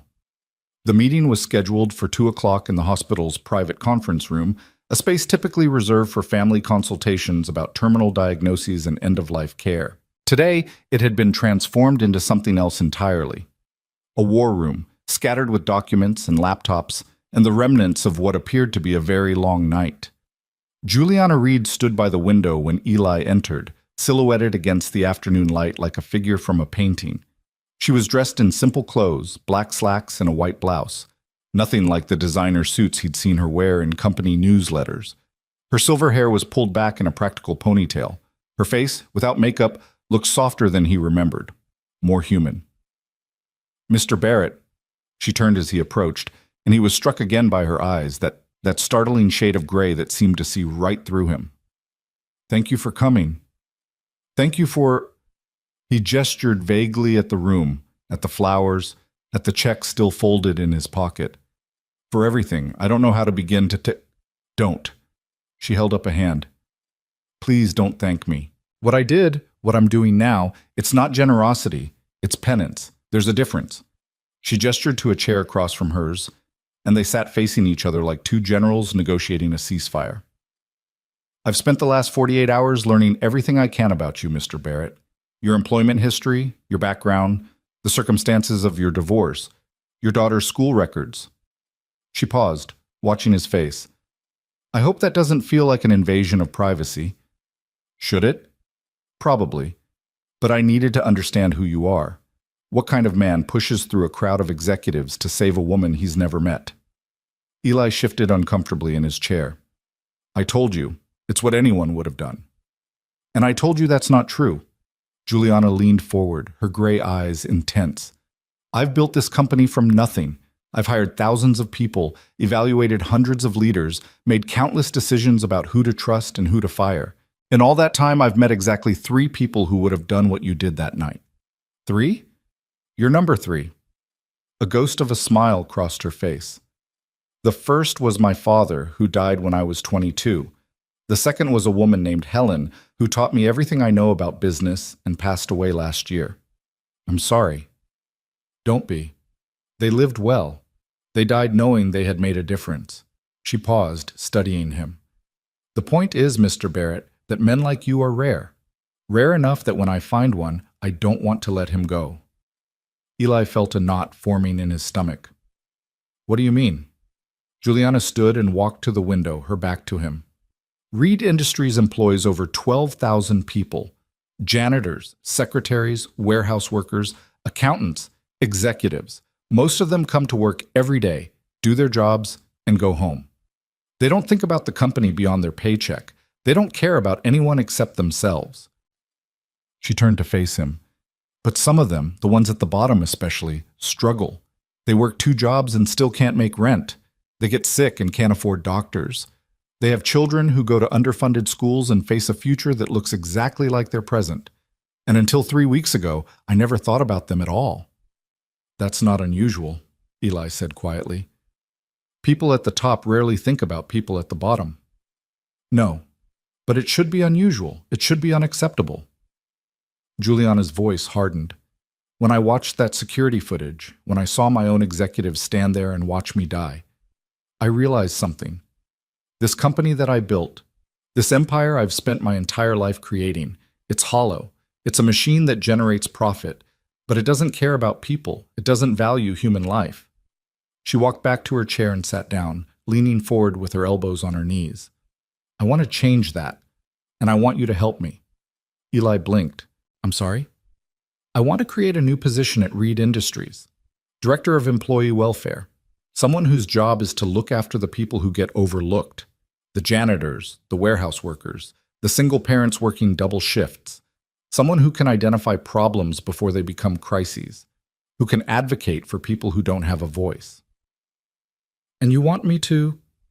What? Consult on it? No. Juliana's eyes met his. I want you to do it. The silence that followed was so complete that Eli could hear his own heartbeat pounding in his ears. He opened his mouth, closed it, opened it again. Ms. Reed, I'm a janitor. I push a mop for a living. I don't have a college degree. I don't know anything about corporate policy or employee benefits or... You know how to see people. Juliana cut him off. You know what it's like to struggle. You know what it feels like to be invisible, to be dismissed, to be treated like you don't matter. That's more valuable than any MBA. But I'm not qualified. Then we'll get you qualified. Training, education, whatever you need. The point isn't what you know right now. The point is who you are. She leaned back in her chair. I've spent 30 years surrounded by people who have all the right credentials and none of the right instincts. I'd rather have someone with the right instincts and work on the credentials. Eli stared at her, his mind racing. This was insane. This was completely, utterly insane. 3 days ago, he had been facing eviction. Now the CEO of a Fortune 500 company was offering him a job that didn't even exist yet, asking him to help reshape the culture of an organization with a larger population than many small towns. Why me? The question came out barely above a whisper. There must be hundreds of people more qualified, more experienced. Probably, but none of them saved my life. Juliana's voice softened. When my heart stopped, Eli, I was dead. For 4 minutes, I was gone.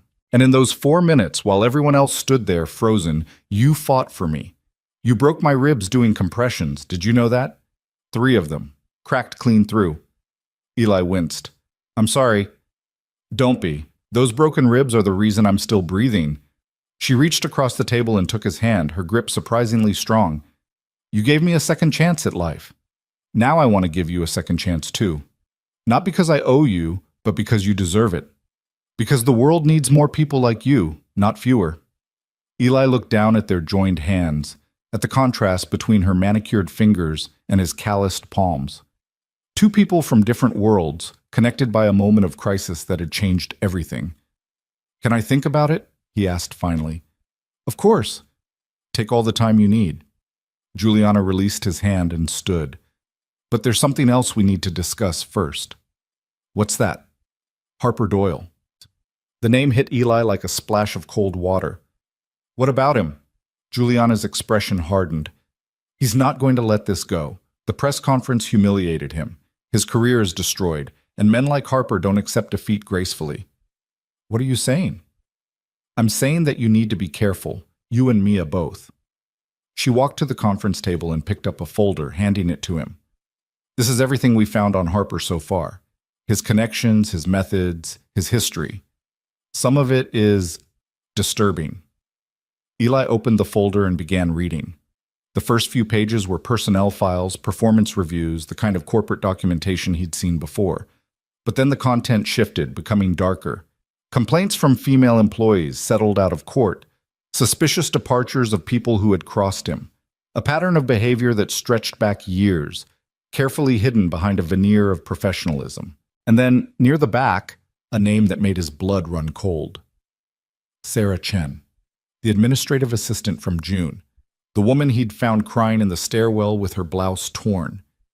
He did this to her? Eli's voice was barely audible. We don't know for certain. She refused to press charges, and the company paid her a settlement to keep quiet. Juliana's jaw tightened. But based on the pattern, based on what we've uncovered, yes, I believe he did. Eli closed the folder, his hands trembling with a rage he could barely contain. And he's been doing this for years? Getting away with it? Harper is very good at protecting himself.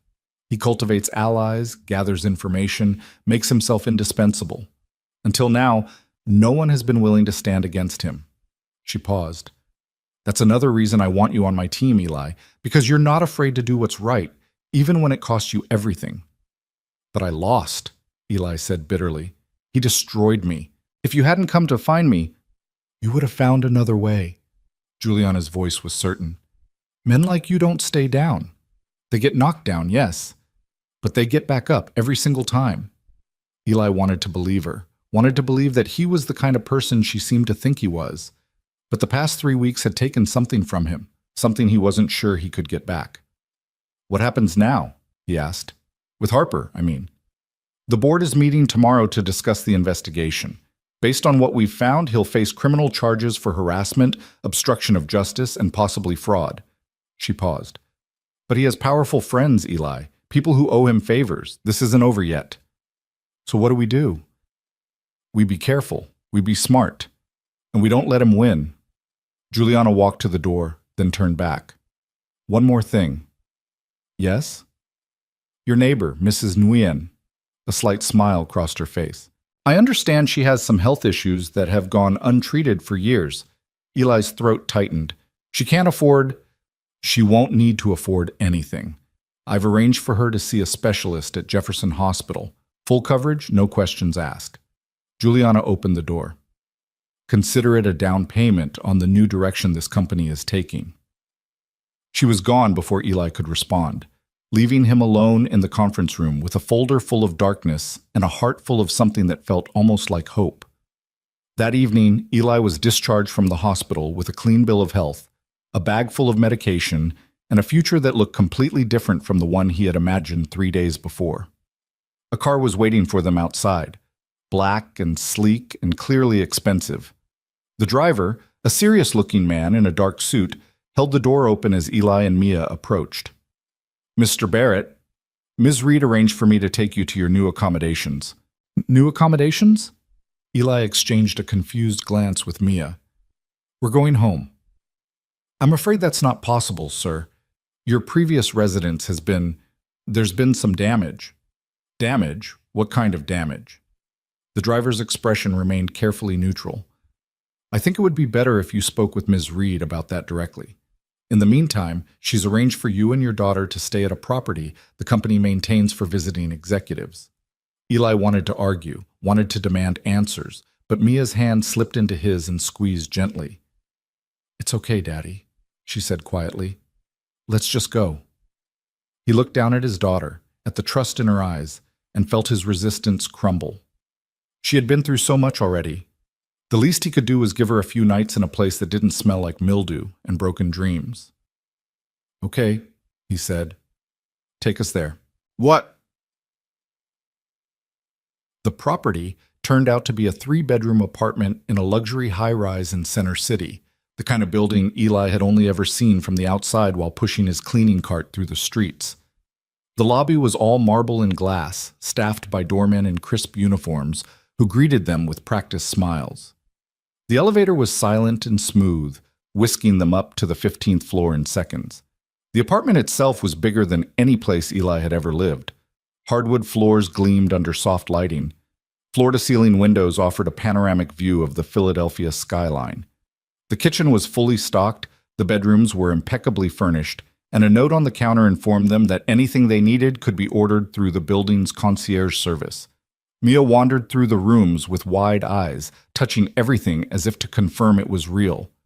Daddy, look! There's a bathtub big enough to swim in. Don't get too comfortable, Eli called after her. But there was no force behind the words.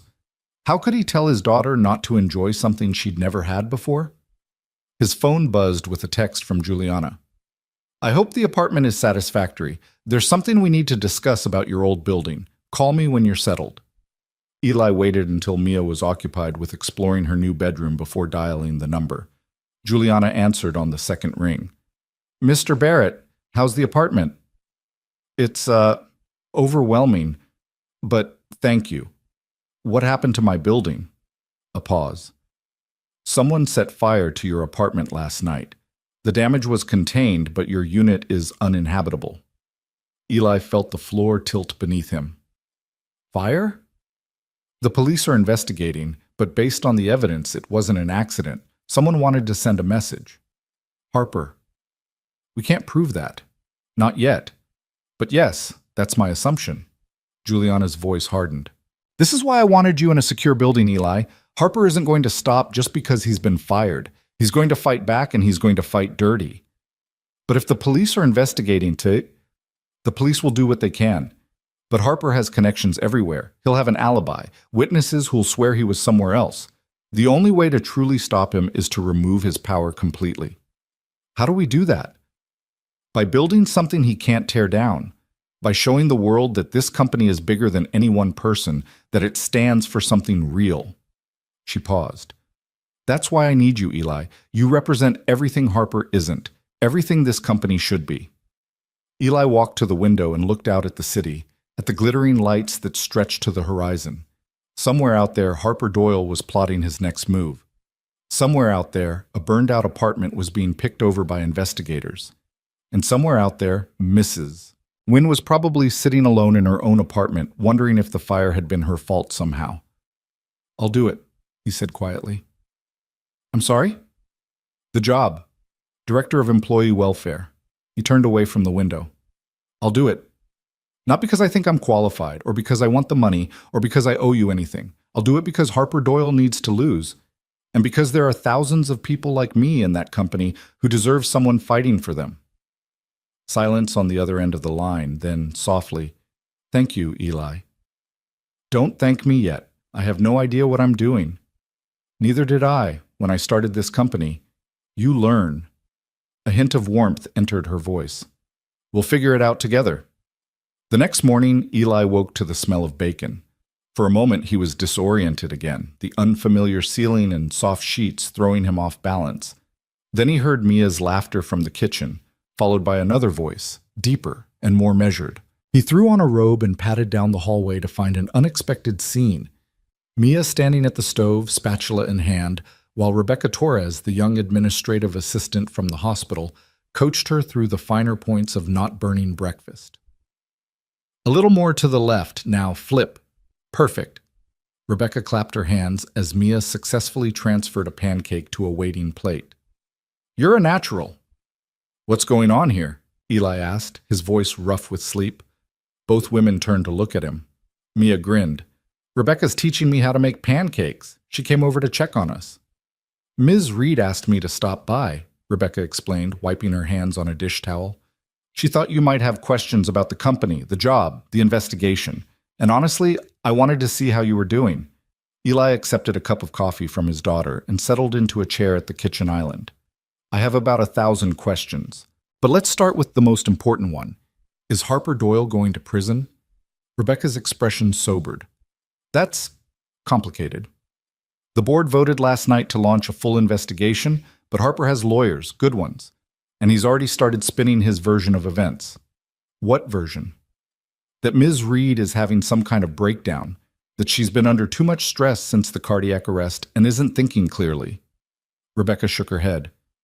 "He's framing himself as the victim, the loyal CFO who's being scapegoated by a CEO who can't accept responsibility for her own health crisis. That's insane. The security footage shows what it shows. But footage can be interpreted different ways.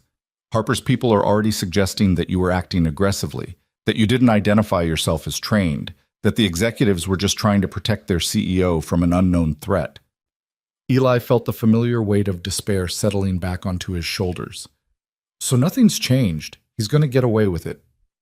"Not if I have anything to say about it." Rebecca's voice was fierce. "I was there, Mr. Barrett. I saw everything, and I'm not the only one. There are others who were in that room, who saw what really happened, who are tired of being afraid of Harper Doyle." "Others?" "A group of us have been meeting, quietly, sharing information, gathering evidence. We call ourselves the 37. She smiled grimly.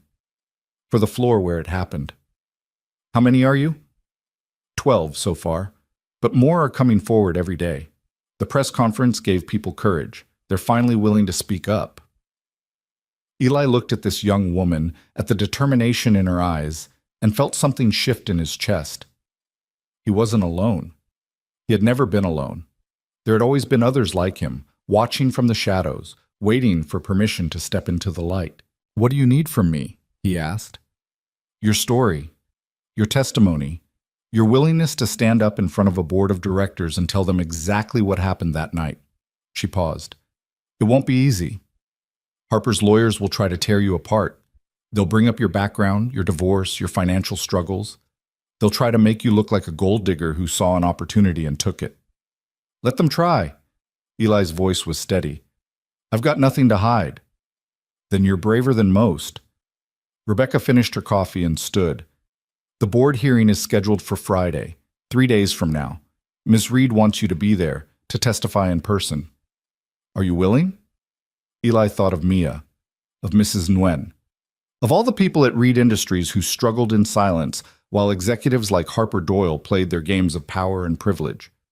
He thought of his father, who had worked himself to death in a factory that never knew his name.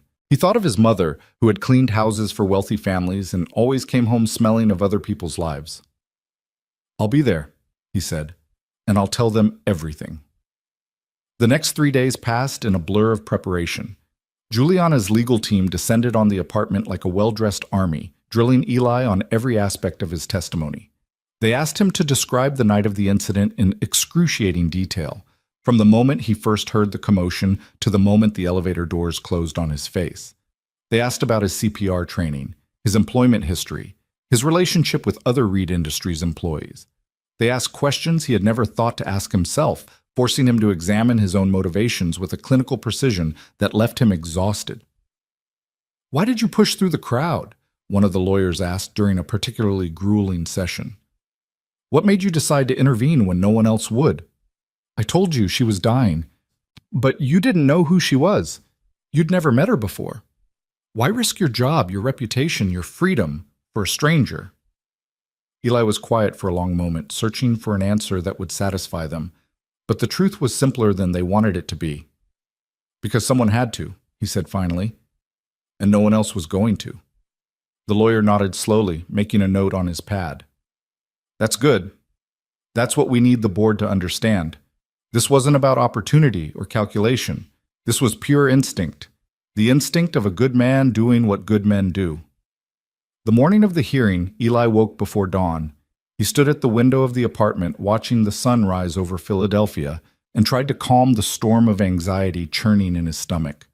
In a few hours, he would walk into a room full of people who controlled billions of dollars and hundreds of thousands of jobs.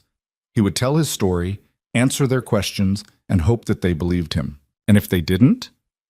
He pushed the thought away. He couldn't afford to think about failure. Not today. Mia found him there an hour later, still standing at the window, still watching the city wake up. "Daddy, are you okay?" "Just thinking."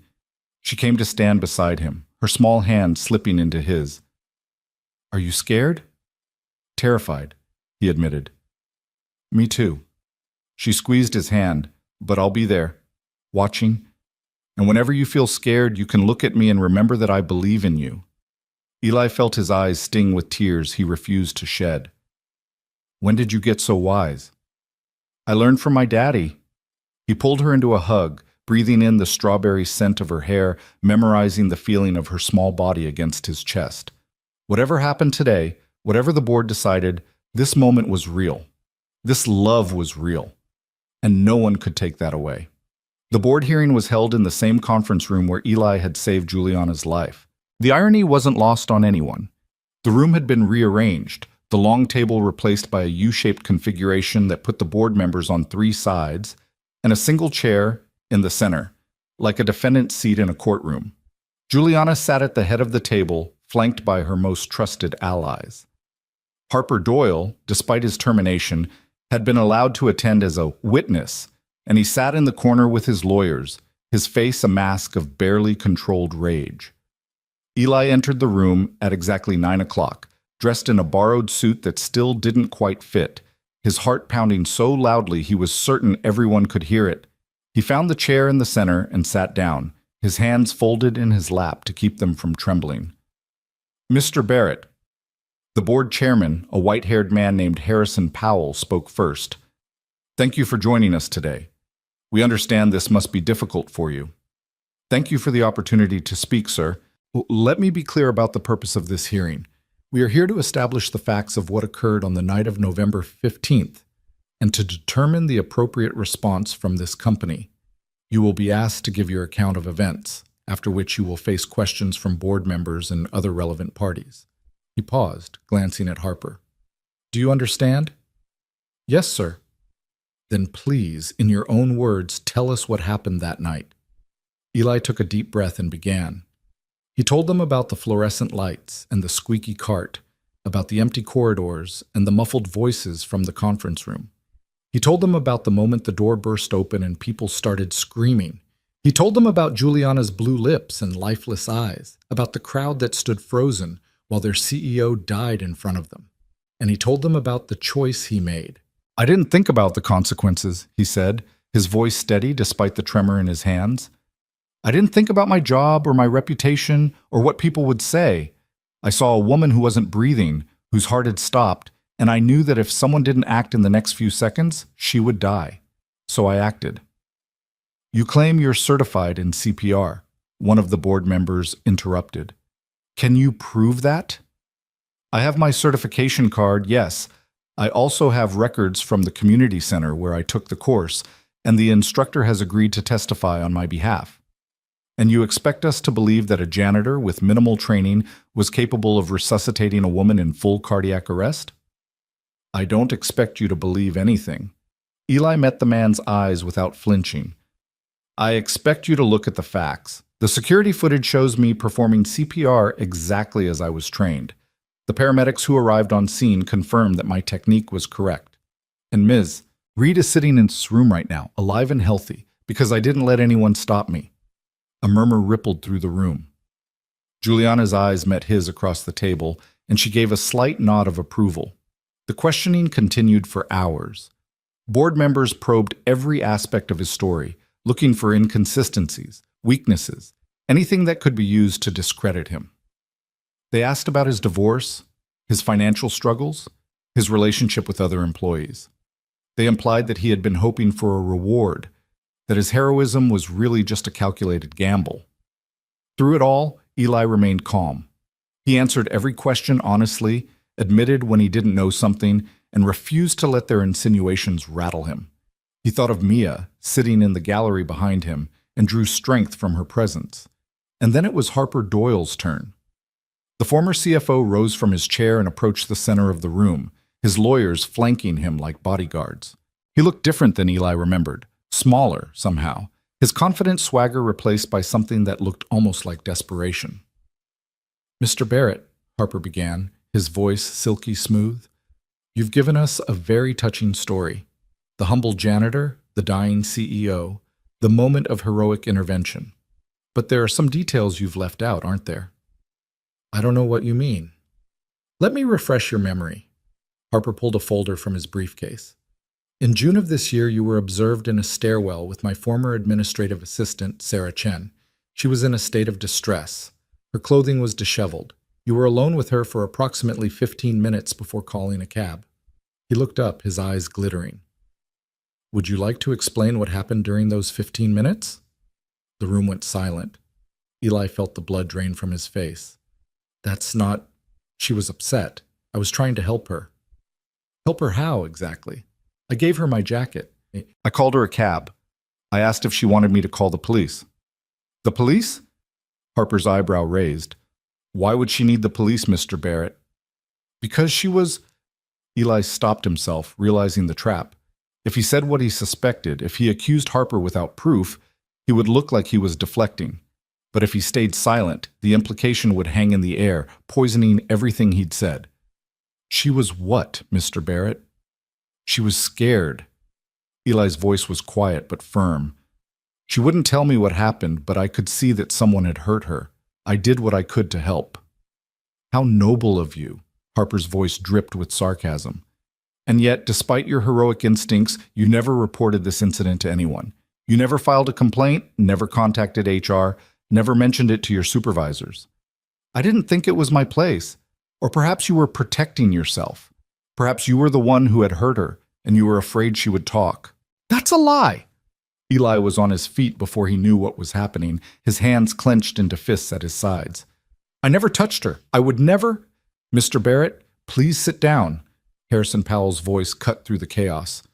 "Mr. Doyle, you will refrain from making unsubstantiated accusations." "I'm simply pointing out," Harper said smoothly, "that Mr. Barrett has a history of being in compromising situations with female employees. First Miss Chen, then Miss Reed. One might see a pattern. One might also see a man who consistently tries to help women in distress." Juliana's voice rang out, cold and sharp. "Mr. Doyle, You've been terminated from this company for cause. You're here as a courtesy, not a right. If you continue to slander witnesses, I'll have security remove you." Harper's face flushed red. "You can't." "I can, and I will." Juliana stood, her presence filling the room. "Board members, I'd like to call a witness who can speak directly to the incident Mr. Doyle has raised." She nodded toward the door, and it opened to reveal Sarah Chen. The young woman walked into the room with her head held high, though Eli could see her hands trembling at her sides. She was thinner than he remembered, paler, but there was a fire in her eyes that hadn't been there before. "Ms. Chen," Juliana said gently, "would you please tell the board what happened in June?" Sarah took a deep breath. "Harper Doyle attacked me in his office after a late meeting. He said no one would believe me if I told. He said he would destroy my career if I spoke up. When I ran, I ended up in the stairwell. That's where Mr. Barrett found me." The room erupted. Board members shouted questions. Harper's lawyers jumped to their feet, demanding the testimony be struck. And Harper himself, his mask finally slipping, turned on Sarah with a snarl that revealed the monster beneath.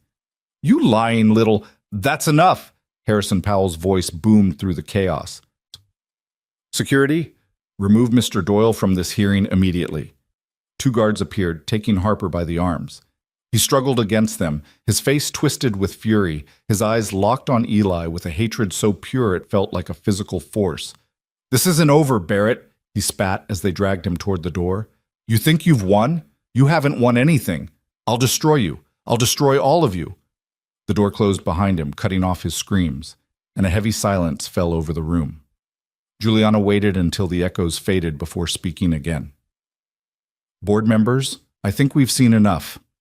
Mr. Barrett acted with courage and integrity on the night of November 15th. He saved my life at great personal cost, and he has been unjustly persecuted ever since. I move that we formally exonerate him, compensate him for his suffering, and offer him a position within this company." "I second the motion," said another board member. "All in favor?" Hands raised around the table, one by one, then all at once, until the vote was unanimous. "The motion carries." Harrison Powell's voice was solemn. "Mr. Barrett, on behalf of Reed Industries, I apologize for the injustice you have suffered. You are hereby cleared of all allegations, and your record will reflect the truth of what happened that night." Eli sat very still, the words washing over him like warm rain. It was over. After weeks of torment, after losing everything and nearly losing his life, it was finally over. He had won. Behind him, Mia burst into tears. The aftermath of the hearing was chaos of a different kind. Reporters crowded the lobby of Reed Industries headquarters, shouting questions and waving microphones. Eli shielded Mia with his body as they pushed through to the waiting car, while Juliana's security team formed a protective barrier around them. "Mr. Barrett, how does it feel to be vindicated? Will you be pressing charges against Harper Doyle?" "Ms. Reed, is it true you've offered Mr. Barrett a job?" They made it to the car and the doors closed, sealing out the chaos. Eli slumped against the leather seats, his whole body trembling with exhaustion and relief. "You did it, Daddy." Mia crawled into his lap, wrapping her arms around his neck. "You told the truth, and they believed you." "We did it," he corrected her. "All of us. Together." Juliana slid into the car beside them, her own face showing signs of strain. "Harper will be arrested within the hour. Sarah's testimony, combined with the evidence we've gathered, gives the police more than enough to charge him. What about his friends? His connections? Some will try to help him. Most will distance themselves as quickly as possible." A grim smile crossed her face. "Harper cultivated loyalty through fear. Once people see that he can be beaten, that fear evaporates." Eli nodded slowly, processing everything that had happened. It still didn't feel real. None of it felt real. "What now?" he asked. "Now?" Juliana looked out the window at the city passing by.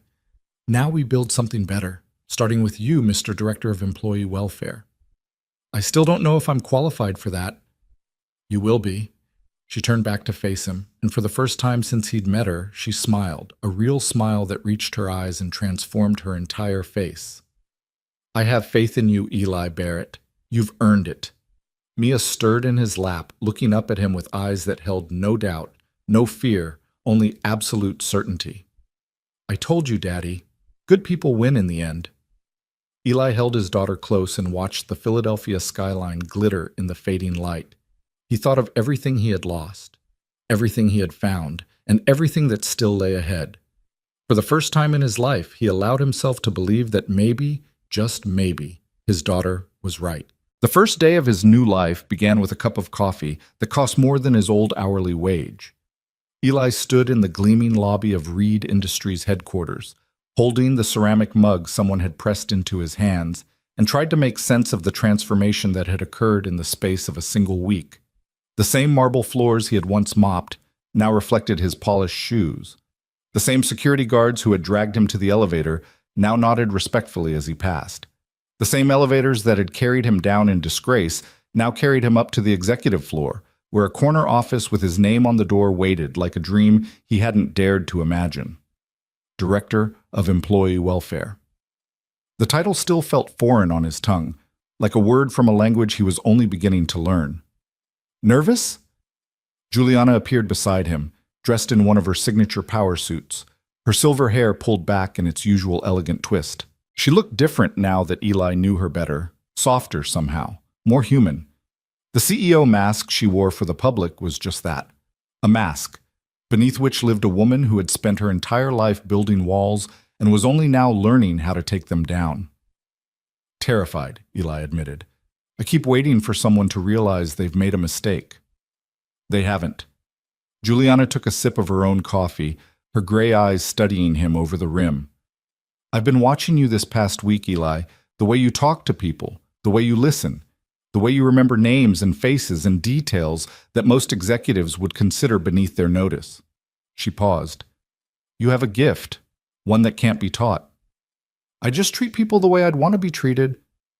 Exactly. And in this building, that makes you revolutionary. They rode the elevator together in comfortable silence, and when the doors opened onto the 37th floor, Eli felt his heart skip a beat. This was the floor where everything had changed, the floor where he had saved a life and lost his own, the floor where he had been dragged away in disgrace while the woman he rescued reached for him with desperate, confused eyes. Now he was back. Not as a janitor, not as a criminal, but as someone who mattered. His office was larger than his old apartment, with floor-to-ceiling windows that offered a panoramic view of the city he loved. A mahogany desk dominated the center of the room, flanked by leather chairs and bookshelves that were currently empty but waiting to be filled. On the desk sat a single item, a framed photograph of Mia, her gap-toothed grin captured forever in the moment before everything fell apart. I had that sent over from the evidence files, Juliana said, noticing his gaze. It was in your locker when they cleaned it out. I thought you might want it back. Eli picked up the frame, his throat tight with emotion. Thank you. There's one more thing. She handed him a folder. Your first assignment. He opened it to find a stack of employee files, each one flagged with notes and observations. Single parents working double shifts, workers with medical conditions they couldn't afford to treat, families living on the edge of homelessness, one missed paycheck away from disaster. These are the ones who need help the most, Juliana explained. I want you to reach out to each of them personally, find out what they need, figure out how we can help. There must be hundreds of people in this situation. Thousands, probably, but we start somewhere. Her eyes met his. We start with the ones who are most invisible, the ones the system has tried hardest to erase. Eli looked down at the files, at the names and faces of people who were struggling just as he had struggled, who were invisible just as he had been invisible. He thought of his father, working himself to death in a factory that never knew his name. He thought of his mother, coming home every night with aching feet and someone else's dirt under her fingernails. He thought of Mrs. Nguyen, sitting alone in her apartment with health problems she couldn't afford to fix. And he thought of himself, just a few weeks ago, lying on a threadbare couch in a freezing apartment, certain that he was going to die. I'll start today, he said. The weeks that followed were the most exhausting and exhilarating of Eli's life. He threw himself into his new role with a passion that surprised even him, spending long hours reviewing files, conducting interviews, and developing programs that addressed the needs he uncovered. He established an emergency assistance fund for employees facing sudden financial hardship. He partnered with local clinics to provide affordable healthcare options. He created a mentorship program that connected struggling workers with more experienced colleagues who could offer guidance and support. But the most important thing he did was listen. He held open office hours 3 times a week, inviting any employee who wanted to talk to come and share their concerns.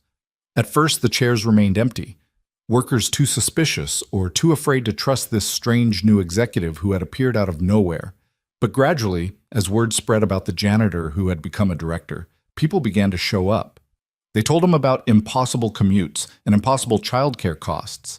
They told him about supervisors who bullied them and coworkers who ignored them. They told him about the daily humiliations of being poor in a world that worshipped wealth, about the shame of not being able to afford lunch in the cafeteria, about the terror of calling in sick because they knew their jobs wouldn't be waiting when they returned. And Eli listened. He took notes. He promised to do what he could. And then, one by one, he kept those promises. The first major victory came 6 weeks into his tenure. A warehouse worker named Marcus Johnson had been facing eviction, his family of 4 about to be thrown onto the streets because of medical bills from his wife's emergency appendectomy. The company's existing assistance programs were too slow, too bureaucratic, too tangled in red tape to help in time. Eli cut through all of it. He called the landlord personally, negotiating a payment plan that would keep the Johnsons in their home. He arranged for the medical bills to be covered through a combination of company funds and charitable donations. He connected Marcus with a financial counselor who could help the family build stability for the future. When Marcus came to his office to thank him, tears streaming down his face, Eli felt something shift inside him, something that had been broken for a very long time finally clicking back into place. "You saved my family," Marcus said, his voice choked with emotion. "I don't know how to ever repay you." "You don't have to repay me," Eli replied. "Just pay it forward. Help someone else when you have the chance." Marcus nodded, gripping Eli's hand so tightly it hurt. "I will. I promise." Word of the Johnson case spread through the company like wildfire. Suddenly, Eli's office hours weren't just attended, they were overflowing. People lined up in the hallway waiting for their chance to speak with the man who had saved Marcus Johnson's family, the man who actually listened, the man who actually cared. And with each person he helped, Eli felt himself becoming more of who he was meant to be. But not everyone was happy about the changes. There were executives who resented his presence, who saw his programs as wasteful expenditures that ate into the bottom line. There were managers who felt threatened by his direct access to their workers, who worried that their own failures were being exposed. And there were those who simply couldn't accept that a former janitor now walked the same halls they did, attended the same meetings, wielded the same influence. Eli ignored them all. He had spent his entire life being underestimated, dismissed, overlooked. He knew how to work around people who didn't believe in him, and he knew that the only way to prove his worth was through results. The results came quickly. Within 3 months, employee satisfaction scores had risen by 20%. Turnover rates dropped dramatically as workers felt for the first time that someone in the company actually cared about their well-being. Productivity increased as people who had been struggling with personal crises finally got the support they needed to focus on their jobs. And the media took notice. A feature story in the Philadelphia Inquirer called Eli the Conscience of Corporate America. A segment on the local news highlighted his work with struggling families. A business magazine interviewed him about his unconventional approach to employee welfare, calling him a disruptor in the best sense of the word. Through it all, Eli remained grounded. He still lived in the same apartment Juliana had arranged for him, though he could now afford something grander. He still picked Mia up from school every afternoon, helping her with homework and cooking dinner together. He still visited Mrs. Nguyen every weekend, bringing her groceries and sitting with her while she told stories of her life in Vietnam. And he still thought about the night that had started it all, the night he had pushed through a crowd of frozen executives to save a dying woman's life. Sometimes, late at night, he would stand at his office window and look out at the city lights, and he would wonder what would have happened if he had been like everyone else, if he had hesitated, if he had looked away. Juliana would be dead. That much was certain. But beyond that, nothing would have changed. Harper Doyle would still be terrorizing employees. thousands of workers would still be struggling in silence. The system would have continued grinding on, indifferent to the human suffering it created. One moment of courage had changed everything, one choice to act when everyone else stood frozen. It was a lesson Eli carried with him every day, a reminder that the world was changed not by grand gestures or sweeping policies, but by ordinary people making extraordinary choices in the moments that mattered most. The invitation came on a Tuesday morning, hand-delivered by a courier in a crisp uniform. Eli opened the envelope to find an embossed card requesting his presence at the annual Reed Industries Leadership Summit, a 3-day gathering of the company's top executives at a resort in the Poconos. He was listed as a keynote speaker, scheduled to address the entire leadership team on the topic of human-centered corporate culture. He stared at the card for a long time, his heart racing. Problem? Juliana appeared in his doorway, a knowing smile on her face. You did this. I did. I can't speak to hundreds of executives. I don't have the training, the experience. You have something better. She stepped into his office and sat down across from him. You have authenticity. You have a story that no one else in that room can tell. And you have a perspective that most of those executives have never considered. They'll eat me alive. Some of them will try. Others will listen. Her eyes held his. This is your chance, Eli. Your chance to change not just this company, but the way people think about work, about workers, about what matters in business. And if I fail? Then you fail, and you try again. She leaned forward. I failed more times than I can count. Every successful person has. The only real failure is refusing to try at all. Eli looked down at the invitation, at the elegant script that spelled out his name and title, Director of Employee Welfare, a title that hadn't existed 6 months ago, a position he had created with his own hands, his own vision, his own stubborn refusal to accept that the world had to be the way it was. I'll do it, he said finally. But I'm going to do it my way. Juliana smiled. I wouldn't expect anything less. The summit was held at a sprawling mountain resort, all rustic elegance and breathtaking views. Eli arrived with Mia in tow, having refused to leave her behind for 3 days. She explored the grounds with wide-eyed wonder, while her father prepared for the speech that could define the next chapter of his career. The night before his keynote, Eli sat on the balcony of his room, looking out at the stars that blazed above the mountain peaks. The speech he had prepared sat in his lap, 15 pages of carefully crafted arguments and statistics and policy recommendations. He read through it one more time, then he crumpled it into a ball and threw it over the railing.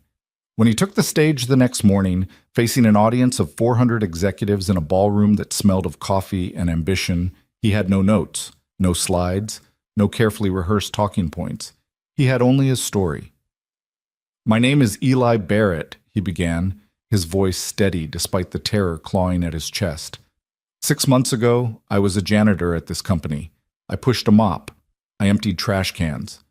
I cleaned toilets that most of you never even knew existed. A murmur rippled through the crowd. I was invisible.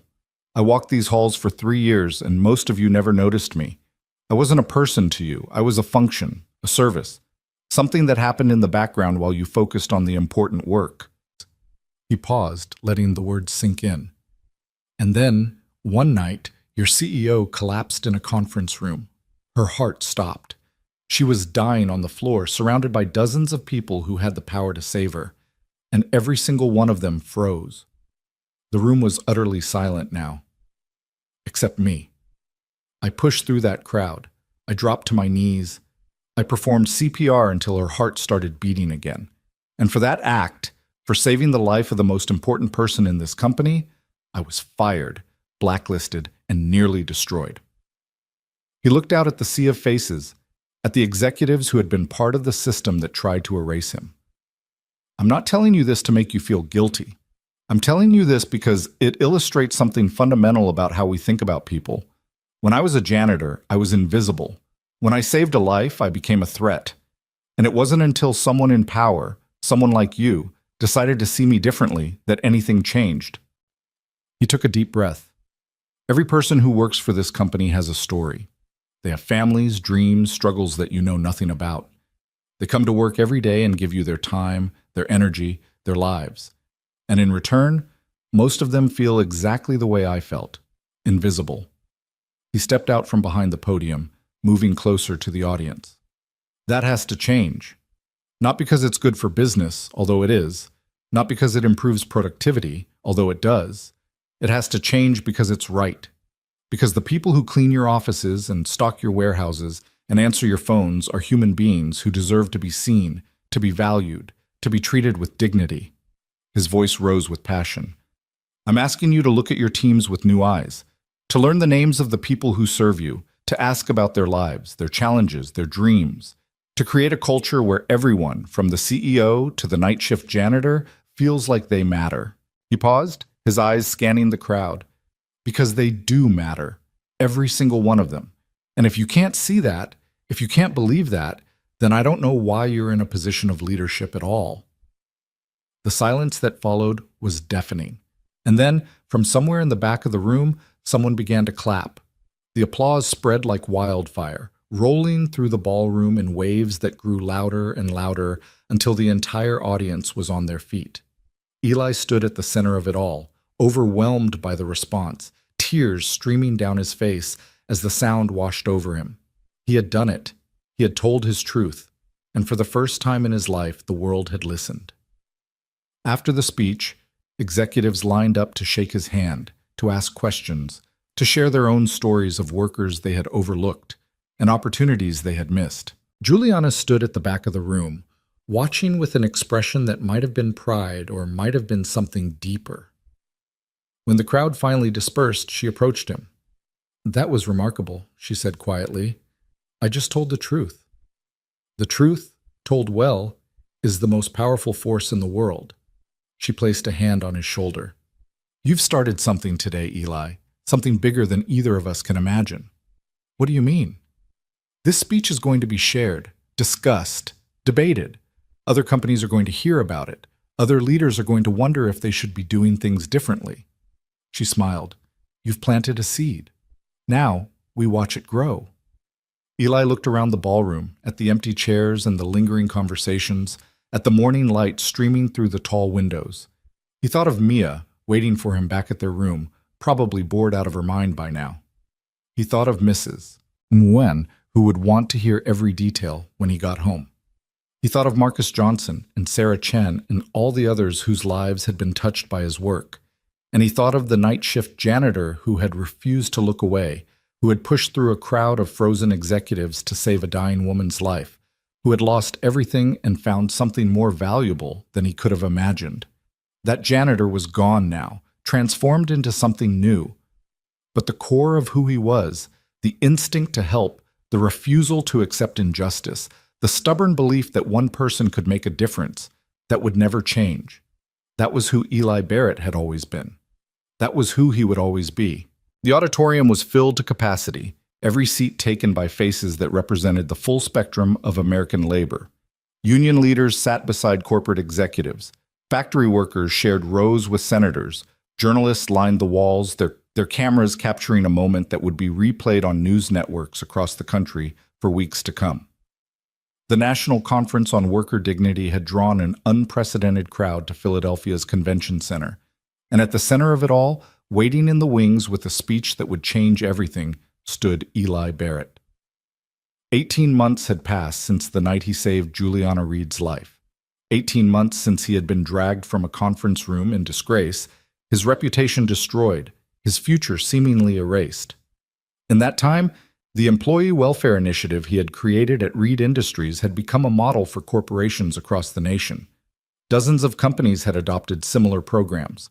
Legislation inspired by his work was moving through Congress, and the man who had once pushed a mop through empty corridors was now recognized as one of the most influential voices in the American labor movement. But standing here, moments away from addressing thousands of people, Eli felt the same terror he had felt on his first day as director.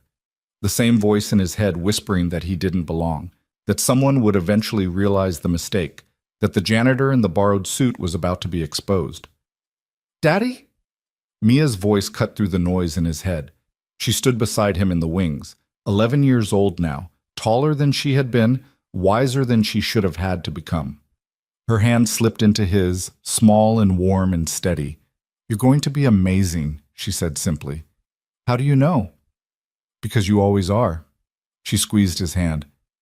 And because I'll be watching, just like at the summit, just like always. Eli looked down at his daughter, at the fierce pride shining in her eyes, and felt the fear begin to recede. She had been with him through everything, the darkest nights in the freezing apartment, the fever that had nearly killed him, the hearing where Harper Doyle had tried to destroy him one last time. Through it all, she had believed in him when he couldn't believe in himself. He bent down and kissed her forehead. I love you, Mia. I love you too, Daddy. Now go change the world. The announcer's voice echoed through the auditorium, introducing him with a string of titles and accomplishments that still felt like they belonged to someone else.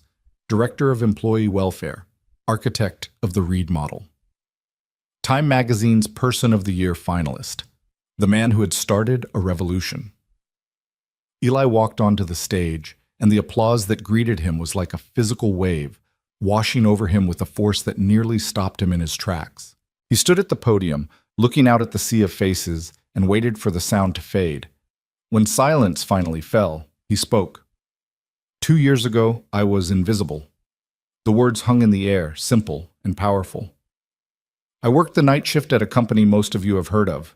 I cleaned floors and emptied trash cans and scrubbed toilets that executives used without ever wondering who kept them clean. I was a single father, barely making rent, watching my daughter grow up in a world that seemed determined to keep us down. He paused, his eyes scanning the crowd. And then, one night, I saved a life.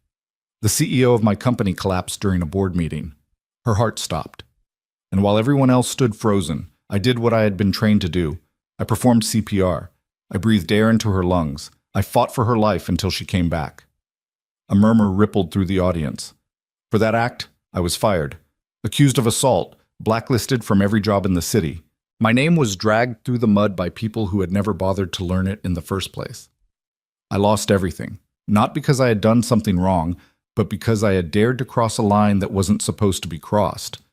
The line between those who matter and those who don't. His voice grew stronger. But here's what I learned in those dark weeks when I thought my life was over. I learned that the system that tried to destroy me was not inevitable. It was not natural. It was built by human beings, and it could be changed by human beings. All it took was one person with the courage to stand up and say, "This is not right." He gripped the podium, his knuckles white. I'm not here today because I'm special. I'm here because I got lucky, because the woman I saved happened to be someone with the power to set things right. But there are millions of workers in this country who will never get that lucky break, who will be ground down by a system that treats them as expendable, who will struggle and suffer and die without ever being seen. His voice broke slightly, but he pushed through. That's what we're here to change, not with charity or sympathy or empty promises, with real structural change that recognizes the fundamental dignity of every human being who shows up to work, with policies that ensure no one has to choose between paying rent and seeing a doctor, with cultures that value people over profit, that see workers as human beings instead of line items on a spreadsheet. He looked directly into the cameras, knowing that millions more were watching from their homes. I was invisible once, but I refuse to be invisible anymore. And I refuse to let anyone else be invisible either. Every janitor, every warehouse worker, every cashier and nurse and truck driver, you matter. Your work matters. Your life matters. And anyone who tells you otherwise is lying. The applause began before he finished speaking, rising from the audience like a tide that could not be contained.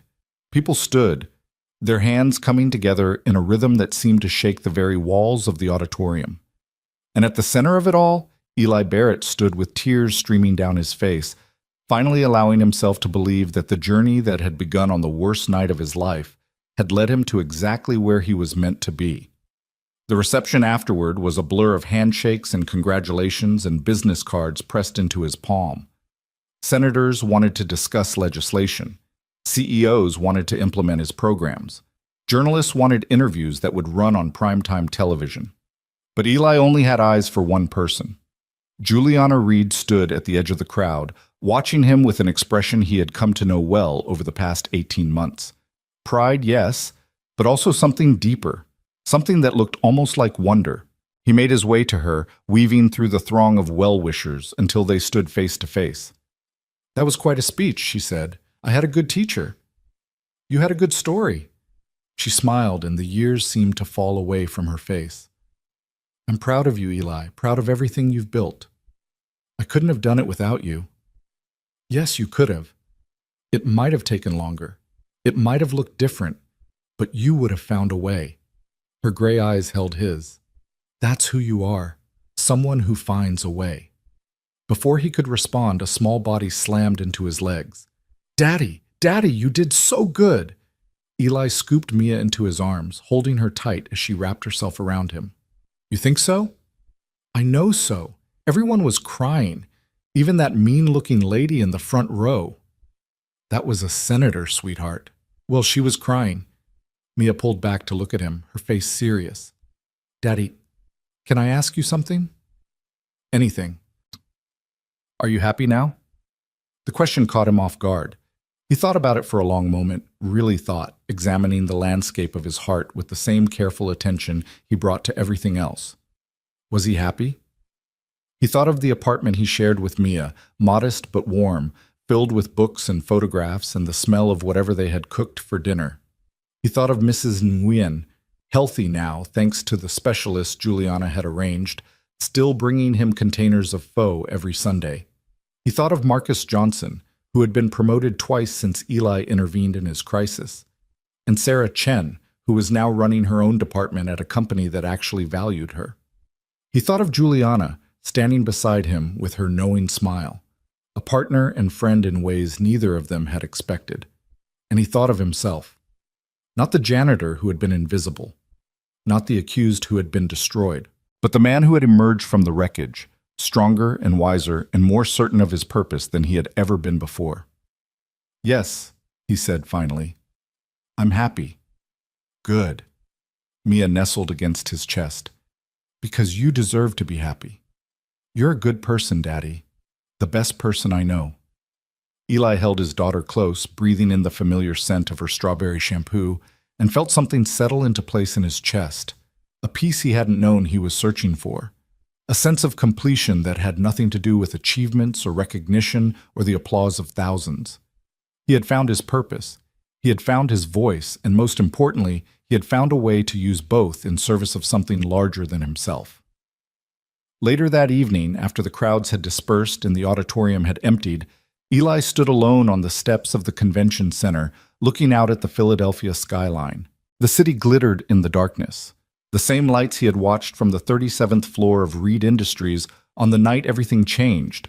But they looked different now, warmer, more welcoming, as if the city itself had shifted to make room for him. Footsteps approached from behind, and Juliana appeared at his side. "Thinking deep thoughts?" she asked. "Just remembering."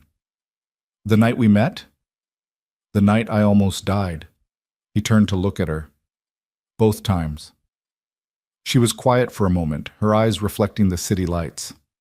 "I've been thinking about that too, about how close we both came to losing everything. But we didn't." "No, we didn't." She smiled slightly. "Do you ever wonder what would have happened if you hadn't been there that night? If you had been on a different floor or called in sick or simply decided not to get involved?" "All the time." Eli's voice was soft. "I'd be dead. You'd be dead. And the world would have just kept spinning, indifferent to both of us. But you were there, and you chose to act." She turned to face him fully. That choice, that single moment of courage, it changed everything, not just for you and me, but for thousands of people who will never know your name. "I was just doing what anyone would do." "No." Her voice was firm. "You were doing what almost no one does. You were being extraordinary in a moment that demanded it, and that, Eli Barrett, is the rarest thing in the world." They stood in comfortable silence, two people who had been brought together by tragedy and transformed by the choices they made afterward. The night air was cool but not cold, carrying the sounds of the city, car horns and distant music, and the murmur of life continuing all around them. "What happens now?" Eli asked finally. "Now?" Juliana looked out at the skyline. "Now we keep going. We take what we've built and we expand it. We fight the battles that still need fighting. We change the minds that still need changing. And when we're done, we'll never be done. She smiled, a real smile that reached her eyes. That's the beautiful thing about this kind of work. There's always more to do, always more people to help, always more systems to change. She reached out and took his hand, the same gesture she had made in the hospital room 18 months ago when she had promised to set things right. But we don't have to do it alone. That's the other thing I've learned. We find our people, we build our teams, we create communities of individuals who believe in the same things we believe in, and together we become unstoppable. Eli squeezed her hand, feeling the truth of her words settle into his bones. He thought of Mia, asleep in the hotel room upstairs, dreaming whatever dreams 11-year-olds dream. He thought of Mrs. Nguyen, who called him her son now, who treated him like family because he had treated her like family first. He thought of Rebecca Torres and Marcus Johnson and Sarah Chen and all the others who had become part of the movement he had accidentally started. He thought of the janitor he had been, invisible and overlooked, pushing his cart through empty corridors in the middle of the night. And he thought of the man he had become, standing on the steps of a convention center after addressing thousands of people, his hand clasped in the hand of a woman who had once been the most powerful person he had ever known and was now simply his friend. "Thank you," he said quietly. "For what?" "For seeing me. When no one else did." Juliana was silent for a moment. Then she released his hand and stepped back, her expression soft in the glow of the city lights. "You saved my life, Eli. You fought for me when everyone else gave up. Seeing you was the least I could do." She turned and walked back toward the convention center, pausing at the door to look back over her shoulder. "Get some rest. Tomorrow we start changing the world again." Then she was gone, and Eli was alone with the night and the city and the future stretching out before him like an endless road. He stood there for a long time, breathing in the cool air, letting the peace wash over him. Then he turned and walked back inside, ready to collect his daughter and return to the life they had built together. A life he had never imagined, a life he had never dared to dream, but a life that was his, earned through courage and compassion and the stubborn refusal to look away when someone needed help. He had saved one life, and in return, he had found purpose, dignity, and a voice powerful enough to change an entire system. The janitor who refused to look away had become a force that could not be ignored, and he was just getting started. The end.